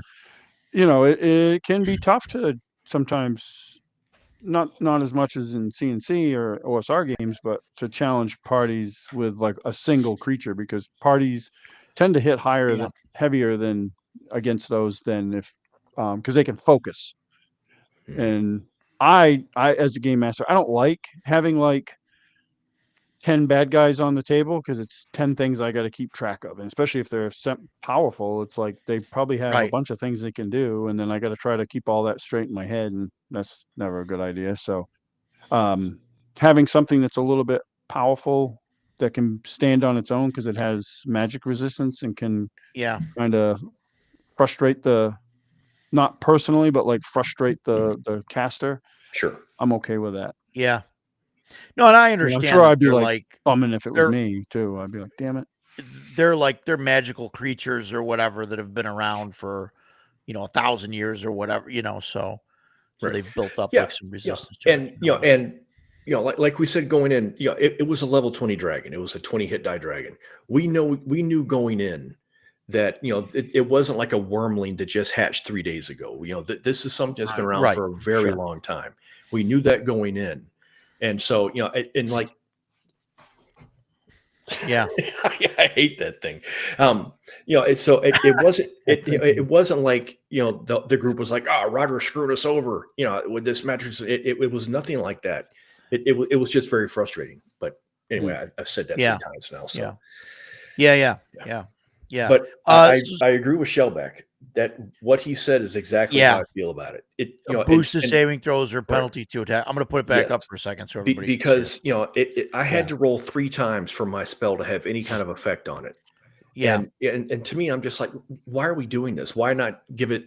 Its saving throws are already ridiculous because it's a 20 just hit give it creature. a +5 or something to its saves or whatever, and that's or the wizard's fireball hits it, and he takes. Even if he fails a save, he still takes half damage. If he makes a save, he takes a quarter damage. But the spell still hits and it's still effective, even if it's to a lesser degree. I like that way of going about it. Sure, because then you're still at least doing something. Doing something. Your turn's not wasted. Yeah, no, I completely understand that. But like I knew, like to get rid of that, you cause other issues, right? Because now the creature's not. Like that's it's part not of 100%. Yeah, right. So, yeah, so you go kind of back and forth there. Wait, put that back up there. I can make it fit right. There we go. So, yeah, but so that's I guess spell resistance is a tough one, and that's been around from since the beginning, so and first edition I don't remember if it was in OD&D. I don't know. But I know it was in AD&D. I know it was in AD&D. It was in first edition. It was definitely it was percentage, I believe, right? Yeah. So, and you just roll a percentage and see if the spell would affect it or not. And then obviously CNC just converted that to a D20 roll. Straight D20 roll. But yeah, so that's something that really has been there. And I guess there's got to be different ways of handling it. And I wonder if there's any systems out there that have done that, incorporated it into a save or something. Like I can't think of anything that's out there, but but I'm not sure. I don't typically play spellcasters, so it's not something that I've really had to worry a whole lot about. This cleric is the first real spellcaster I played in a long time. Yeah, that's interesting. I've only really played a spellcaster like once for like a real campaign. When I used to play, I played a wizard, and I got to be in charge. I played a cleric and a wizard. But I've usually played fighters or fighter types or rogues or thieves. That's generally my my go-to. Shellback writing his own TTRPG rule set. Good luck. Trying to balance BX and 1E gaming principles with the features of later game systems, trying to reduce the amount of extra rolling and eliminate D20s. Have you looked at Dragon Slayer? Dragon Slayer is based on BX and has some stuff from 1E kind of baked into it. I don't know what other systems are out there that are like that. I'm sure that there's what do you call it? What's the one that they just got rid of the basic edition? They're only going to go with advanced. OSE, Old School Essentials. Old School Essentials Advanced Edition or whatever. That's got a lot of it's based on BX and has a lot of like the AD&D stuff kind of work backwards to work. Yeah, a little bit. It's still like we played OSC Advance, and it's really slated more the BX side. But it does have a few things. We're actually for one of the games my son runs, I think he's going to switch back to Dragon Slayer. He actually liked that better. Yeah, Paul, yeah. Roger disagrees with every word in that sentence. No, I understand. Like, I don't think the text is sacrosanct. Let me hide it so I can see your face. But no, I really enjoy, first edition. I think it's like really like the penultimate version of D&D before like corporatization got involved in the whole thing. So that's why I hold AD&D in high regards. Yes, the game is a mess, the editing and the layout and everything. And ignoring the weapon versus AC adjustment table, that to me is sacrilege. If you're going to play AD&D, you don't ignore that table. There you go. You just countered everything you just said. You have said to me, in fact, we talked earlier about Roger and I having very long discussions about the campaign. When we first started it, one of the things that Roger said to me was that he was going to do this campaign from the first edition DMG, and if it wasn't in it, we weren't going to use it. And if it was, we were. And I was like, are you freaking kidding me, dude? That thing's a mess. And he was like, yeah, but your words were, it's the way Gary wanted it.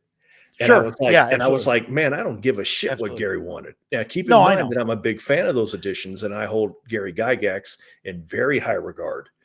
But there is no way that you can look at the DMG from first edition and be like, oh, this was very well thought out. It's written by a drunkard. No, I enjoy the there's a lot of good stuff in the AD&D Dungeon Master Scott. Yes, there absolutely is. Like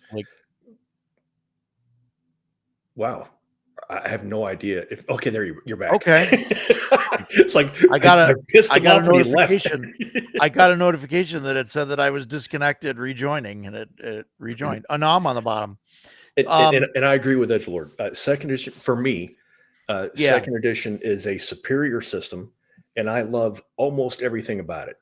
The non-weapon proficiencies kind of got in the way sometimes, but I think if you work around those or sometimes just ignore them, man, I have so many very fond memories of second edition. Love it.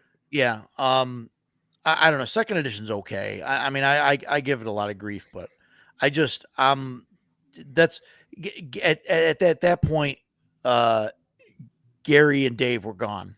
Yes. And it just, like, to me, it wasn't it just wasn't the same anymore. Like, that's the and that's I agree. And they pulled out the demons and all that stuff. Like, I get it. I get why. Yeah. They did bring them back to eventually, under different Masters Compendium entries. But it cannot be ignored that they did do that. But also remember what was going on in the 80s. They did it for a very specific reason. I know the whole satanic panic thing and all of that. And I don't think I get it. I think that they were doing it because they said either we pull this stuff or we may not have a company in 2 years. No, right. No, I understand that. And most of my grief with that is that it's Gary and Dave were gone. They were the creative geniuses behind the game. And I know there's an argument about that, and there were people that came before them and all that stuff. But that's not even but like you're saying, Gary and Dave were gone. Well, Dave was gone for first edition. Gary Dave was gone for first edition so that he didn't have to pay Dave anymore. I mean, that's a dick move. It is a dick move. It is, but that doesn't mean the first edition wasn't worth playing. It clearly was. Right. Man, I But, love talking about this stuff, dude. yeah, no, and there's a lot of there's a lot of history there, and there's a lot of argument and stuff. But I think even with Gary, even though Dave's name isn't on it, there's a lot of stuff that's still there from Dave, from Arneson. It to me, first edition, like you're saying, there's still a lot of stuff in there from Dave. That reminds me of CNC's Reforged. It's like, we got to get rid of the wizard stuff. This isn't the 3.0 or the 1.0 OGL. This is our stuff, clearly influenced from earlier Dungeons and Dragons. Sure. So yeah, same thing. Sure. Yeah. And I mean, maybe the whole thing is maybe I should just go back to OD&D. Are you guys hearing Roger crackle real bad, or is it just me? Am I crackling? Okay. Was it bad? I can hear you, but it's very crackly. Was it just? I wonder. I don't know. Yeah, I don't know what happened. I don't know. Is it still crackly? Yep. Still or is going it just now and again? Oh boy, I think you just want to boot me. Hang on, let me leave and come back. Somebody, Crackling Roger. Somebody talk about something. Okay. No pressure at all.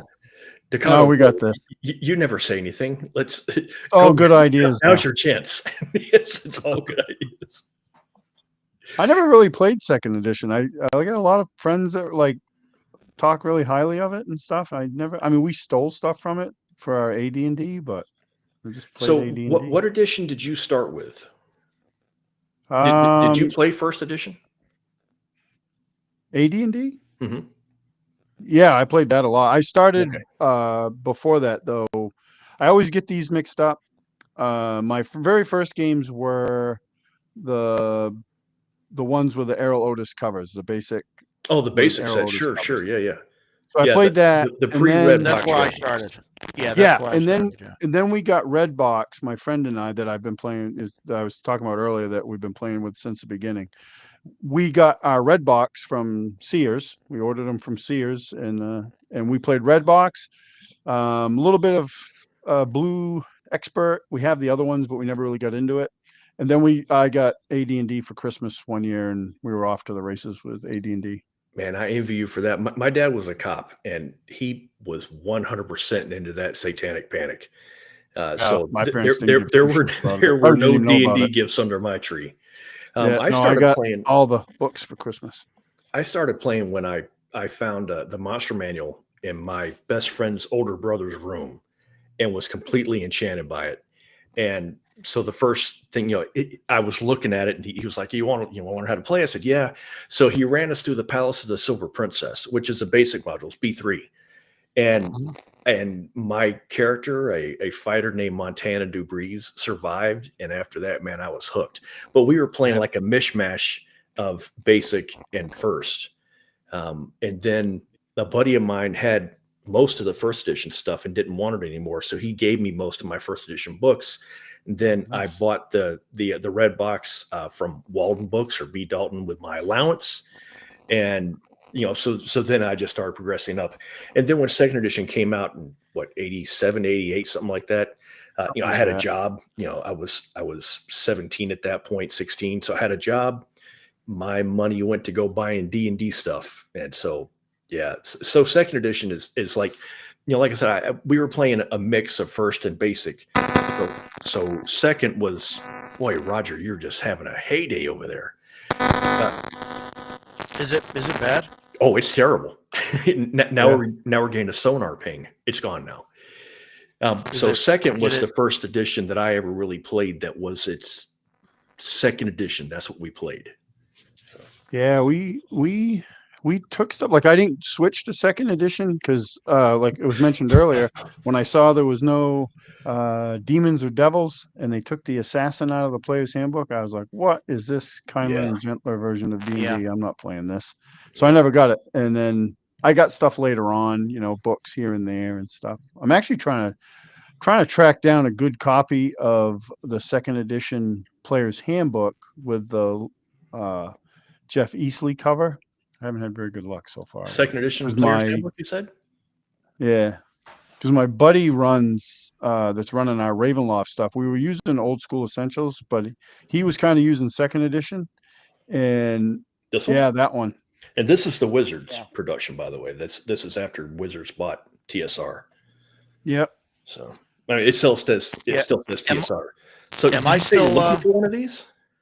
Yeah. Oh, dude! Li- If I saw 3 of those I'm this going, weekend, I will get one for you if I yeah. find it. I'll pick one up. If you for can find one, Yeah. let me know. I'll Sure. gladly send you some cash, no problem. money I'm for going it. to MEPA this I weekend. looked If I online see and one, I'll they're- grab it. I looked online and they're like stupidly expensive, and most of them. I saw one for like $85, and it was literally taped together. Crazy. And I was like, I don't think so. I'm not paying that. We had some at Crossroad Games, and then they have a little used section there, and I should check with them again too. But they had some. They're gone now. Somebody bought them. So Do you care if it's the Wizards moniker or do you want it to be? no, like- I don't want there's the green ones or the black covered ones. I want that one. Okay. Like I have the somewhere here. I have. Do I still sound bad? Yeah, you're still Yes. correct. So I have It's just this when I version cough, of though, the it's not all the time. Oh, DMG. okay. I don't want that one. I want the Jeff Easley. Well, this is Easley the cover as original well, but DMG and all yeah, that. Okay, cool. yeah, that's what I'm looking for. So if you guys come across one, please let me know. But yeah, I have like one of the guys in my group. So you want my this? friends. I want the PHB. I don't need the Okay. DMG. I won't run it Okay. as a game master. I just need Yeah. a If player's If handbook. I see the player's handbook around, I will get it for you. Thank you. I don't know if I can leave. One of the guys and in my come group- back, so he played a ton of second edition, and he was in the army as well, and played every weekend. He said, and they played second edition. That's his favorite edition. I just never. We never. I mean, I inherited this from one of my players. He had it, and then I inherited it somehow. And I did buy the monster manual, the big monstrous compendium, and the add-on ones that they did because I With the always 3 liked. ring binder. No, mine Oh, are all. the hardback. I got a Yeah, solid book. Yeah. Yeah, I I like love that monster 3 ring manuals. binder because every supplement you got had like another 30 monsters you could stick it in there. But I mean, after like looking at it once, the pages would rip out, the binder got smashed. Yeah. So those, the actual hardback versions, that's the way to go. Yeah, I like Uh, those, and Try talking, Ryder. but we're gonna use that. I was on mute. I didn't know if it. You're good. Okay. The crackling's gone. Yeah. Okay. Fantastic. Yeah, Death Angel. I wasn't sure if I could leave and come back. Yeah, I am running on Restream, Paul. Yeah, I wasn't sure if I could leave and come back. I ended up pulling the power from my USB mixer and then go. Death Angel says it's still crackling. My end. Yeah. It sounds different, but it's not crackling. Okay, good. Oh, he said, "Oh, better now." Okay, that just must be the delay. It sounds different. I mean, Yeah, you're louder now than you were, but you're not crackling. Don't mess with it. You're clear though. Yeah. okay, I'm clear, but it's not, the loudness isn't bad. No, it's fine. I can lower my gain a little bit and see if that helps. But yeah, okay. So sorry about that, guys. Yeah, he lies. He does that Death Angel guy. And now I'm stuck on the bottom and get the stuff in my face. So that's okay. Excellent. Oh, I'm talking in Jason's voice now. Okay. I don't know what That's that means. Hopefully it's good. Yeah, I don't know. The dulcet tones of a smooth baritone. Yeah, right. Okay, what did I miss? Nothing, man. Decado and I are having a great conversation. Second edition. Yeah. So the second edition book, I'll look this weekend if I can find one when I'm down in PA. I'll grab you one. Yeah, and I wish we knew that this past weekend, man, because that guy had a few of them there. I don't know what his prices were though. They were reasonable. I didn't get them because I didn't need it. Yeah, right. If Decado, if worse comes to worse, I'll give you mine and I'll just buy another one when I come across it.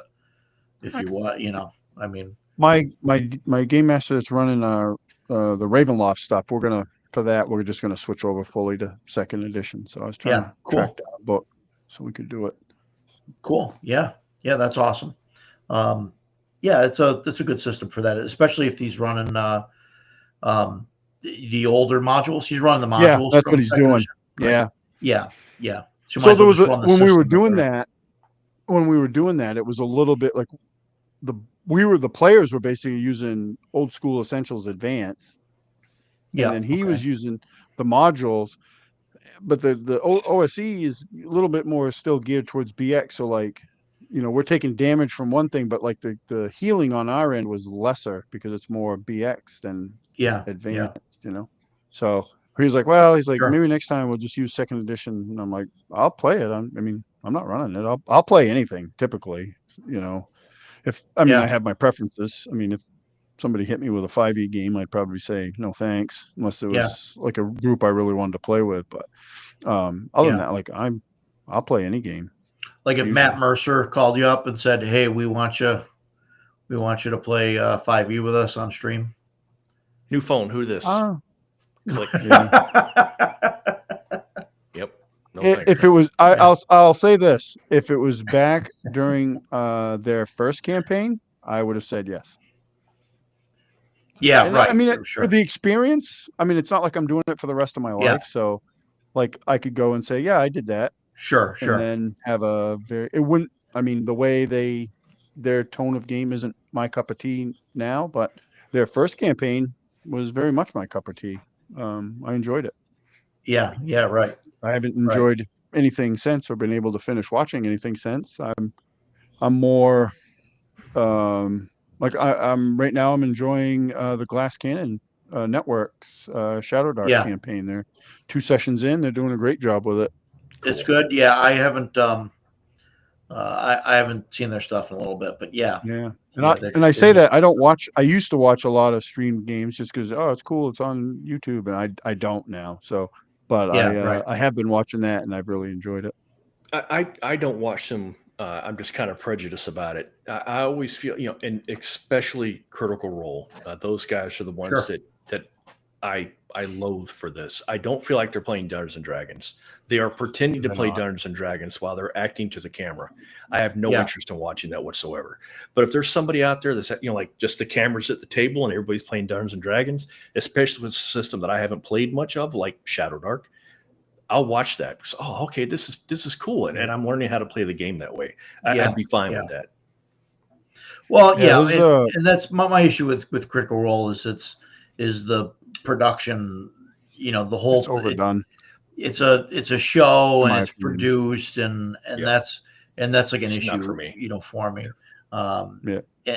yeah, and I think some of it get going on this stuff now, but yeah, I think some of it sheds like D&D, not in a bad light necessarily, but in a light where people think that, oh my God, like if I want to play D&D, I need to have all these character voices, I need to have all these miniatures, I need to have all this lighting, I need to have all this tabletop stuff, the terrain and like everything else. And I've been big, and obviously like at my table, like I've been using more and more minis and stuff, especially that I've got the 3D printer now. But like, and Jason will attest to this, like I run like theater of the mind like 90% of the time, and I draw a battle mat out like as a secondary thing for me because my players need it, like, Right. and I get it. I get it absolutely. But and That's the thing too, is I'm the same way. Like, obviously I use a yeah, lot of miniatures and terrain. I don't mind theater of the mind either. And there's times I use that because it's easier. Like, it's easier than yeah, me trying to figure out how I'm going to build some crazy table or whatever. right. And like, I don't do that. Most of my stuff, like I sent you guys, I think that video or whatever of Yeah, the what's currently on the table down with there. And Shelob or it's an whatever. yeah, so it's an extensive build. Yeah. That's not every game. Like, I Yeah, don't do right. that every game. Like, ours are usually, if I do something, it's on a 2 foot by 2 foot board that I can put out and then get rid of. Yeah, It's Yeah. simple. Every once in a while, I'll bust out and do like a big table because we all enjoy it. I enjoy doing them, but they're a lot of work. And I don't Sure. want to do that every time. So Yeah, and I'll try and do that for like boss battles or Yeah. something major like that. yeah, most of the stuff leading up to this, what they're doing now in my game, has been small boards, just small boards. This is the boss battle. Like they're going into the boss battle, so they get, 7 foot, 8 foot long board. Yeah, yeah, yeah. Um, yeah, it's interesting, and I definitely want to talk about that on a different episode about stuff. Yeah, we should. That'd be Running great. stuff on the table and how we do it and what we use and all that, and talk about terrain and all that stuff. And I think that'd be great. I'd love to get Mike Saxon on. Oh, we if should. he's still there, because I think he'd be great to talk about that. Yeah, But he does some really good stuff. but yeah. So yeah, that'd have be we cool. run dry of spellcasting? Yeah, have we maybe. reached the end of the file? We had an issue with sound, my crackly voice. The gods didn't like that because I was trying to merge their people with the lowly wizards, apparently. So Theater of the Mind, gameplay says 85, never played in a game with minis. Wow. What? That's crazy. Well, I heard a rumor that Death Angel is coming up to CNY next year. He should be. So, and he's coming up from, I believe, is it Tennessee? Yeah. And somebody's been asking questions about running a convention down in Tennessee as well. So, maybe there'll be a new hot OSR con coming up within the next year. In Tennessee, yeah, that'll be fun. Edgelord, if you're up by Niagara, were you at CNY last year? I'm not trying to put you on the spot, dude. I'm just wondering if you plan on attending, because you're pretty close. Assuming that you're still in the chat somewhere. Oh, I'll put him in the spot. Edgelord, if you weren't there. Man, Roger's having a rough night. Wow. Yeah. Am I crackly again? No, you're back. You dropped out. I saw it. I disconnected. I don't know what's going on tonight, guys. Usually Jason's the one with internet connection issues. Yeah. No and yes. I don't know what questions he's answering. No and yes. I think no means he did not attend last year, and yes, you are coming this year. Is that correct? Or yes, you're still in the chat. I don't know. Yeah. I'm just riffing here, man. I'm just riffing. We would love to have you. It was an absolute blast. And I'm not just saying that just because you agreed with me earlier. But yes, this year. Yeah. Yes, yeah, awesome. Yeah. Fantastic. Where LibertyCon. Where's LibertyCon? Tell us. And SmokyCon, is that official or no? Is that I would guess it's not official by the smiley faces. That's his name of his future con. Yeah, the Great Smoky Mountains. Why not? FutureCon. Okay. I was just in Pigeon Forge in October. It was wonderful. Yeah, so we should do Edge Lady too. Yeah, fantastic. Bring the family. Fantastic. Bring the family. The more the merrier. Someone's at the front. Okay. Did you guys hear that? Everyone heard that. That was his Ring doorbell letting him know that there's an intruder to take his wood or whatever. That was my doorbell, and the wife changed in the holidays. They open up the holiday thing, so it was a turkey gobbling, and then it told me somebody's at my front door, and the thing's right over my shoulder. So, yeah, fun times. But yeah, I think so. We've got a lot of other shows coming up that we want to talk about. We want to talk about stuff on the table. That's definitely an episode idea. I want to see if Mike's available for that. I want to talk about Kickstarters. Kickstarters is fun. My sleeping wife heard that. Kickstarters I think would be a good one that I think people would want to talk about. what do you guys want to hear in the chat? Like, what do you guys want to hear us ramble on about? Is there any subjects or anything that that you guys want to hear Jason and I disagree on, or you know, because there's a lot. You already told me you were coming up. You already told me that Eric Tenkar convinced you to come up. You already said it, so it doesn't matter what it takes now. You got to. But no, we'd love to have you at Death Angel. But not yet, man. Oh my God.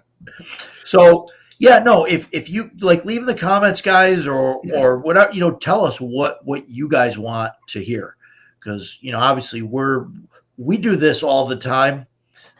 Sometimes it's just the three of us. Usually it's just Jason and I talking on the phone. You know, and we ramble on forever about, you know, so you guys know that because we do it at the same thing on stream. But that's what we do the talk same about. thing with my guys. Yeah, that I game with. And I would love to know what you guys want us to talk about. But I've got nothing else to talk about as far as spellcasting or magic systems or anything like that. So, Man, unless you guys have anything, yeah, I mean, are we going to call it at 2.5 hours? I mean, we can do that. Fine with me. Yeah, it doesn't bother me. Yeah, sure. But yeah, let us know. LibertyCon is primarily fantasy sci-fi novels con. Okay. Most of the 3 Ravens Publishing, Canon Publishing will be there. Okay, cool. That's cool. Yeah, I'd like to hear more about how you guys run games, especially online Theater of the Mind. Yeah. And so I think like what I'm talking about is how we run the games at the table. I think that's going to be how, like, we'll incorporate all of that stuff. Sure. And except for the online stuff, because who wants to play online? That's terrible. But I don't know. I don't get it. I know. Yeah. I don't like it. It can be done well, and it can be fun. And keep in mind, I live an hour away from you. No, so I understand that. Somebody online. No, I get it. And we can talk about that too. We'll talk about that. Favorite sci-fi system. That is in my my list, is to talk about sci-fi games. There are a ton of sci-fi games out there. I think that's going to be amazing. That's a good answer there, Shellback. Yeah, Shellback's great. Conversation over. Oh God. I'm a huge fan of Shadowrun, 1st and 2nd edition. 3rd edition kind of sucked. But we'll save that for the sci-fi. Yeah, we'll save that for the sci-fi thing when we can disagree on better systems. But at FlagCon that we went to last week, the only part of that con that I liked was there was a guy that had used books, and I found the West End Games The Planet book that I got. Oh, nice. It was not cheap, but I got it for a pretty good deal. And man, as soon as I got home, I was like, oh, I finally have it. Man, I was super excited to find that.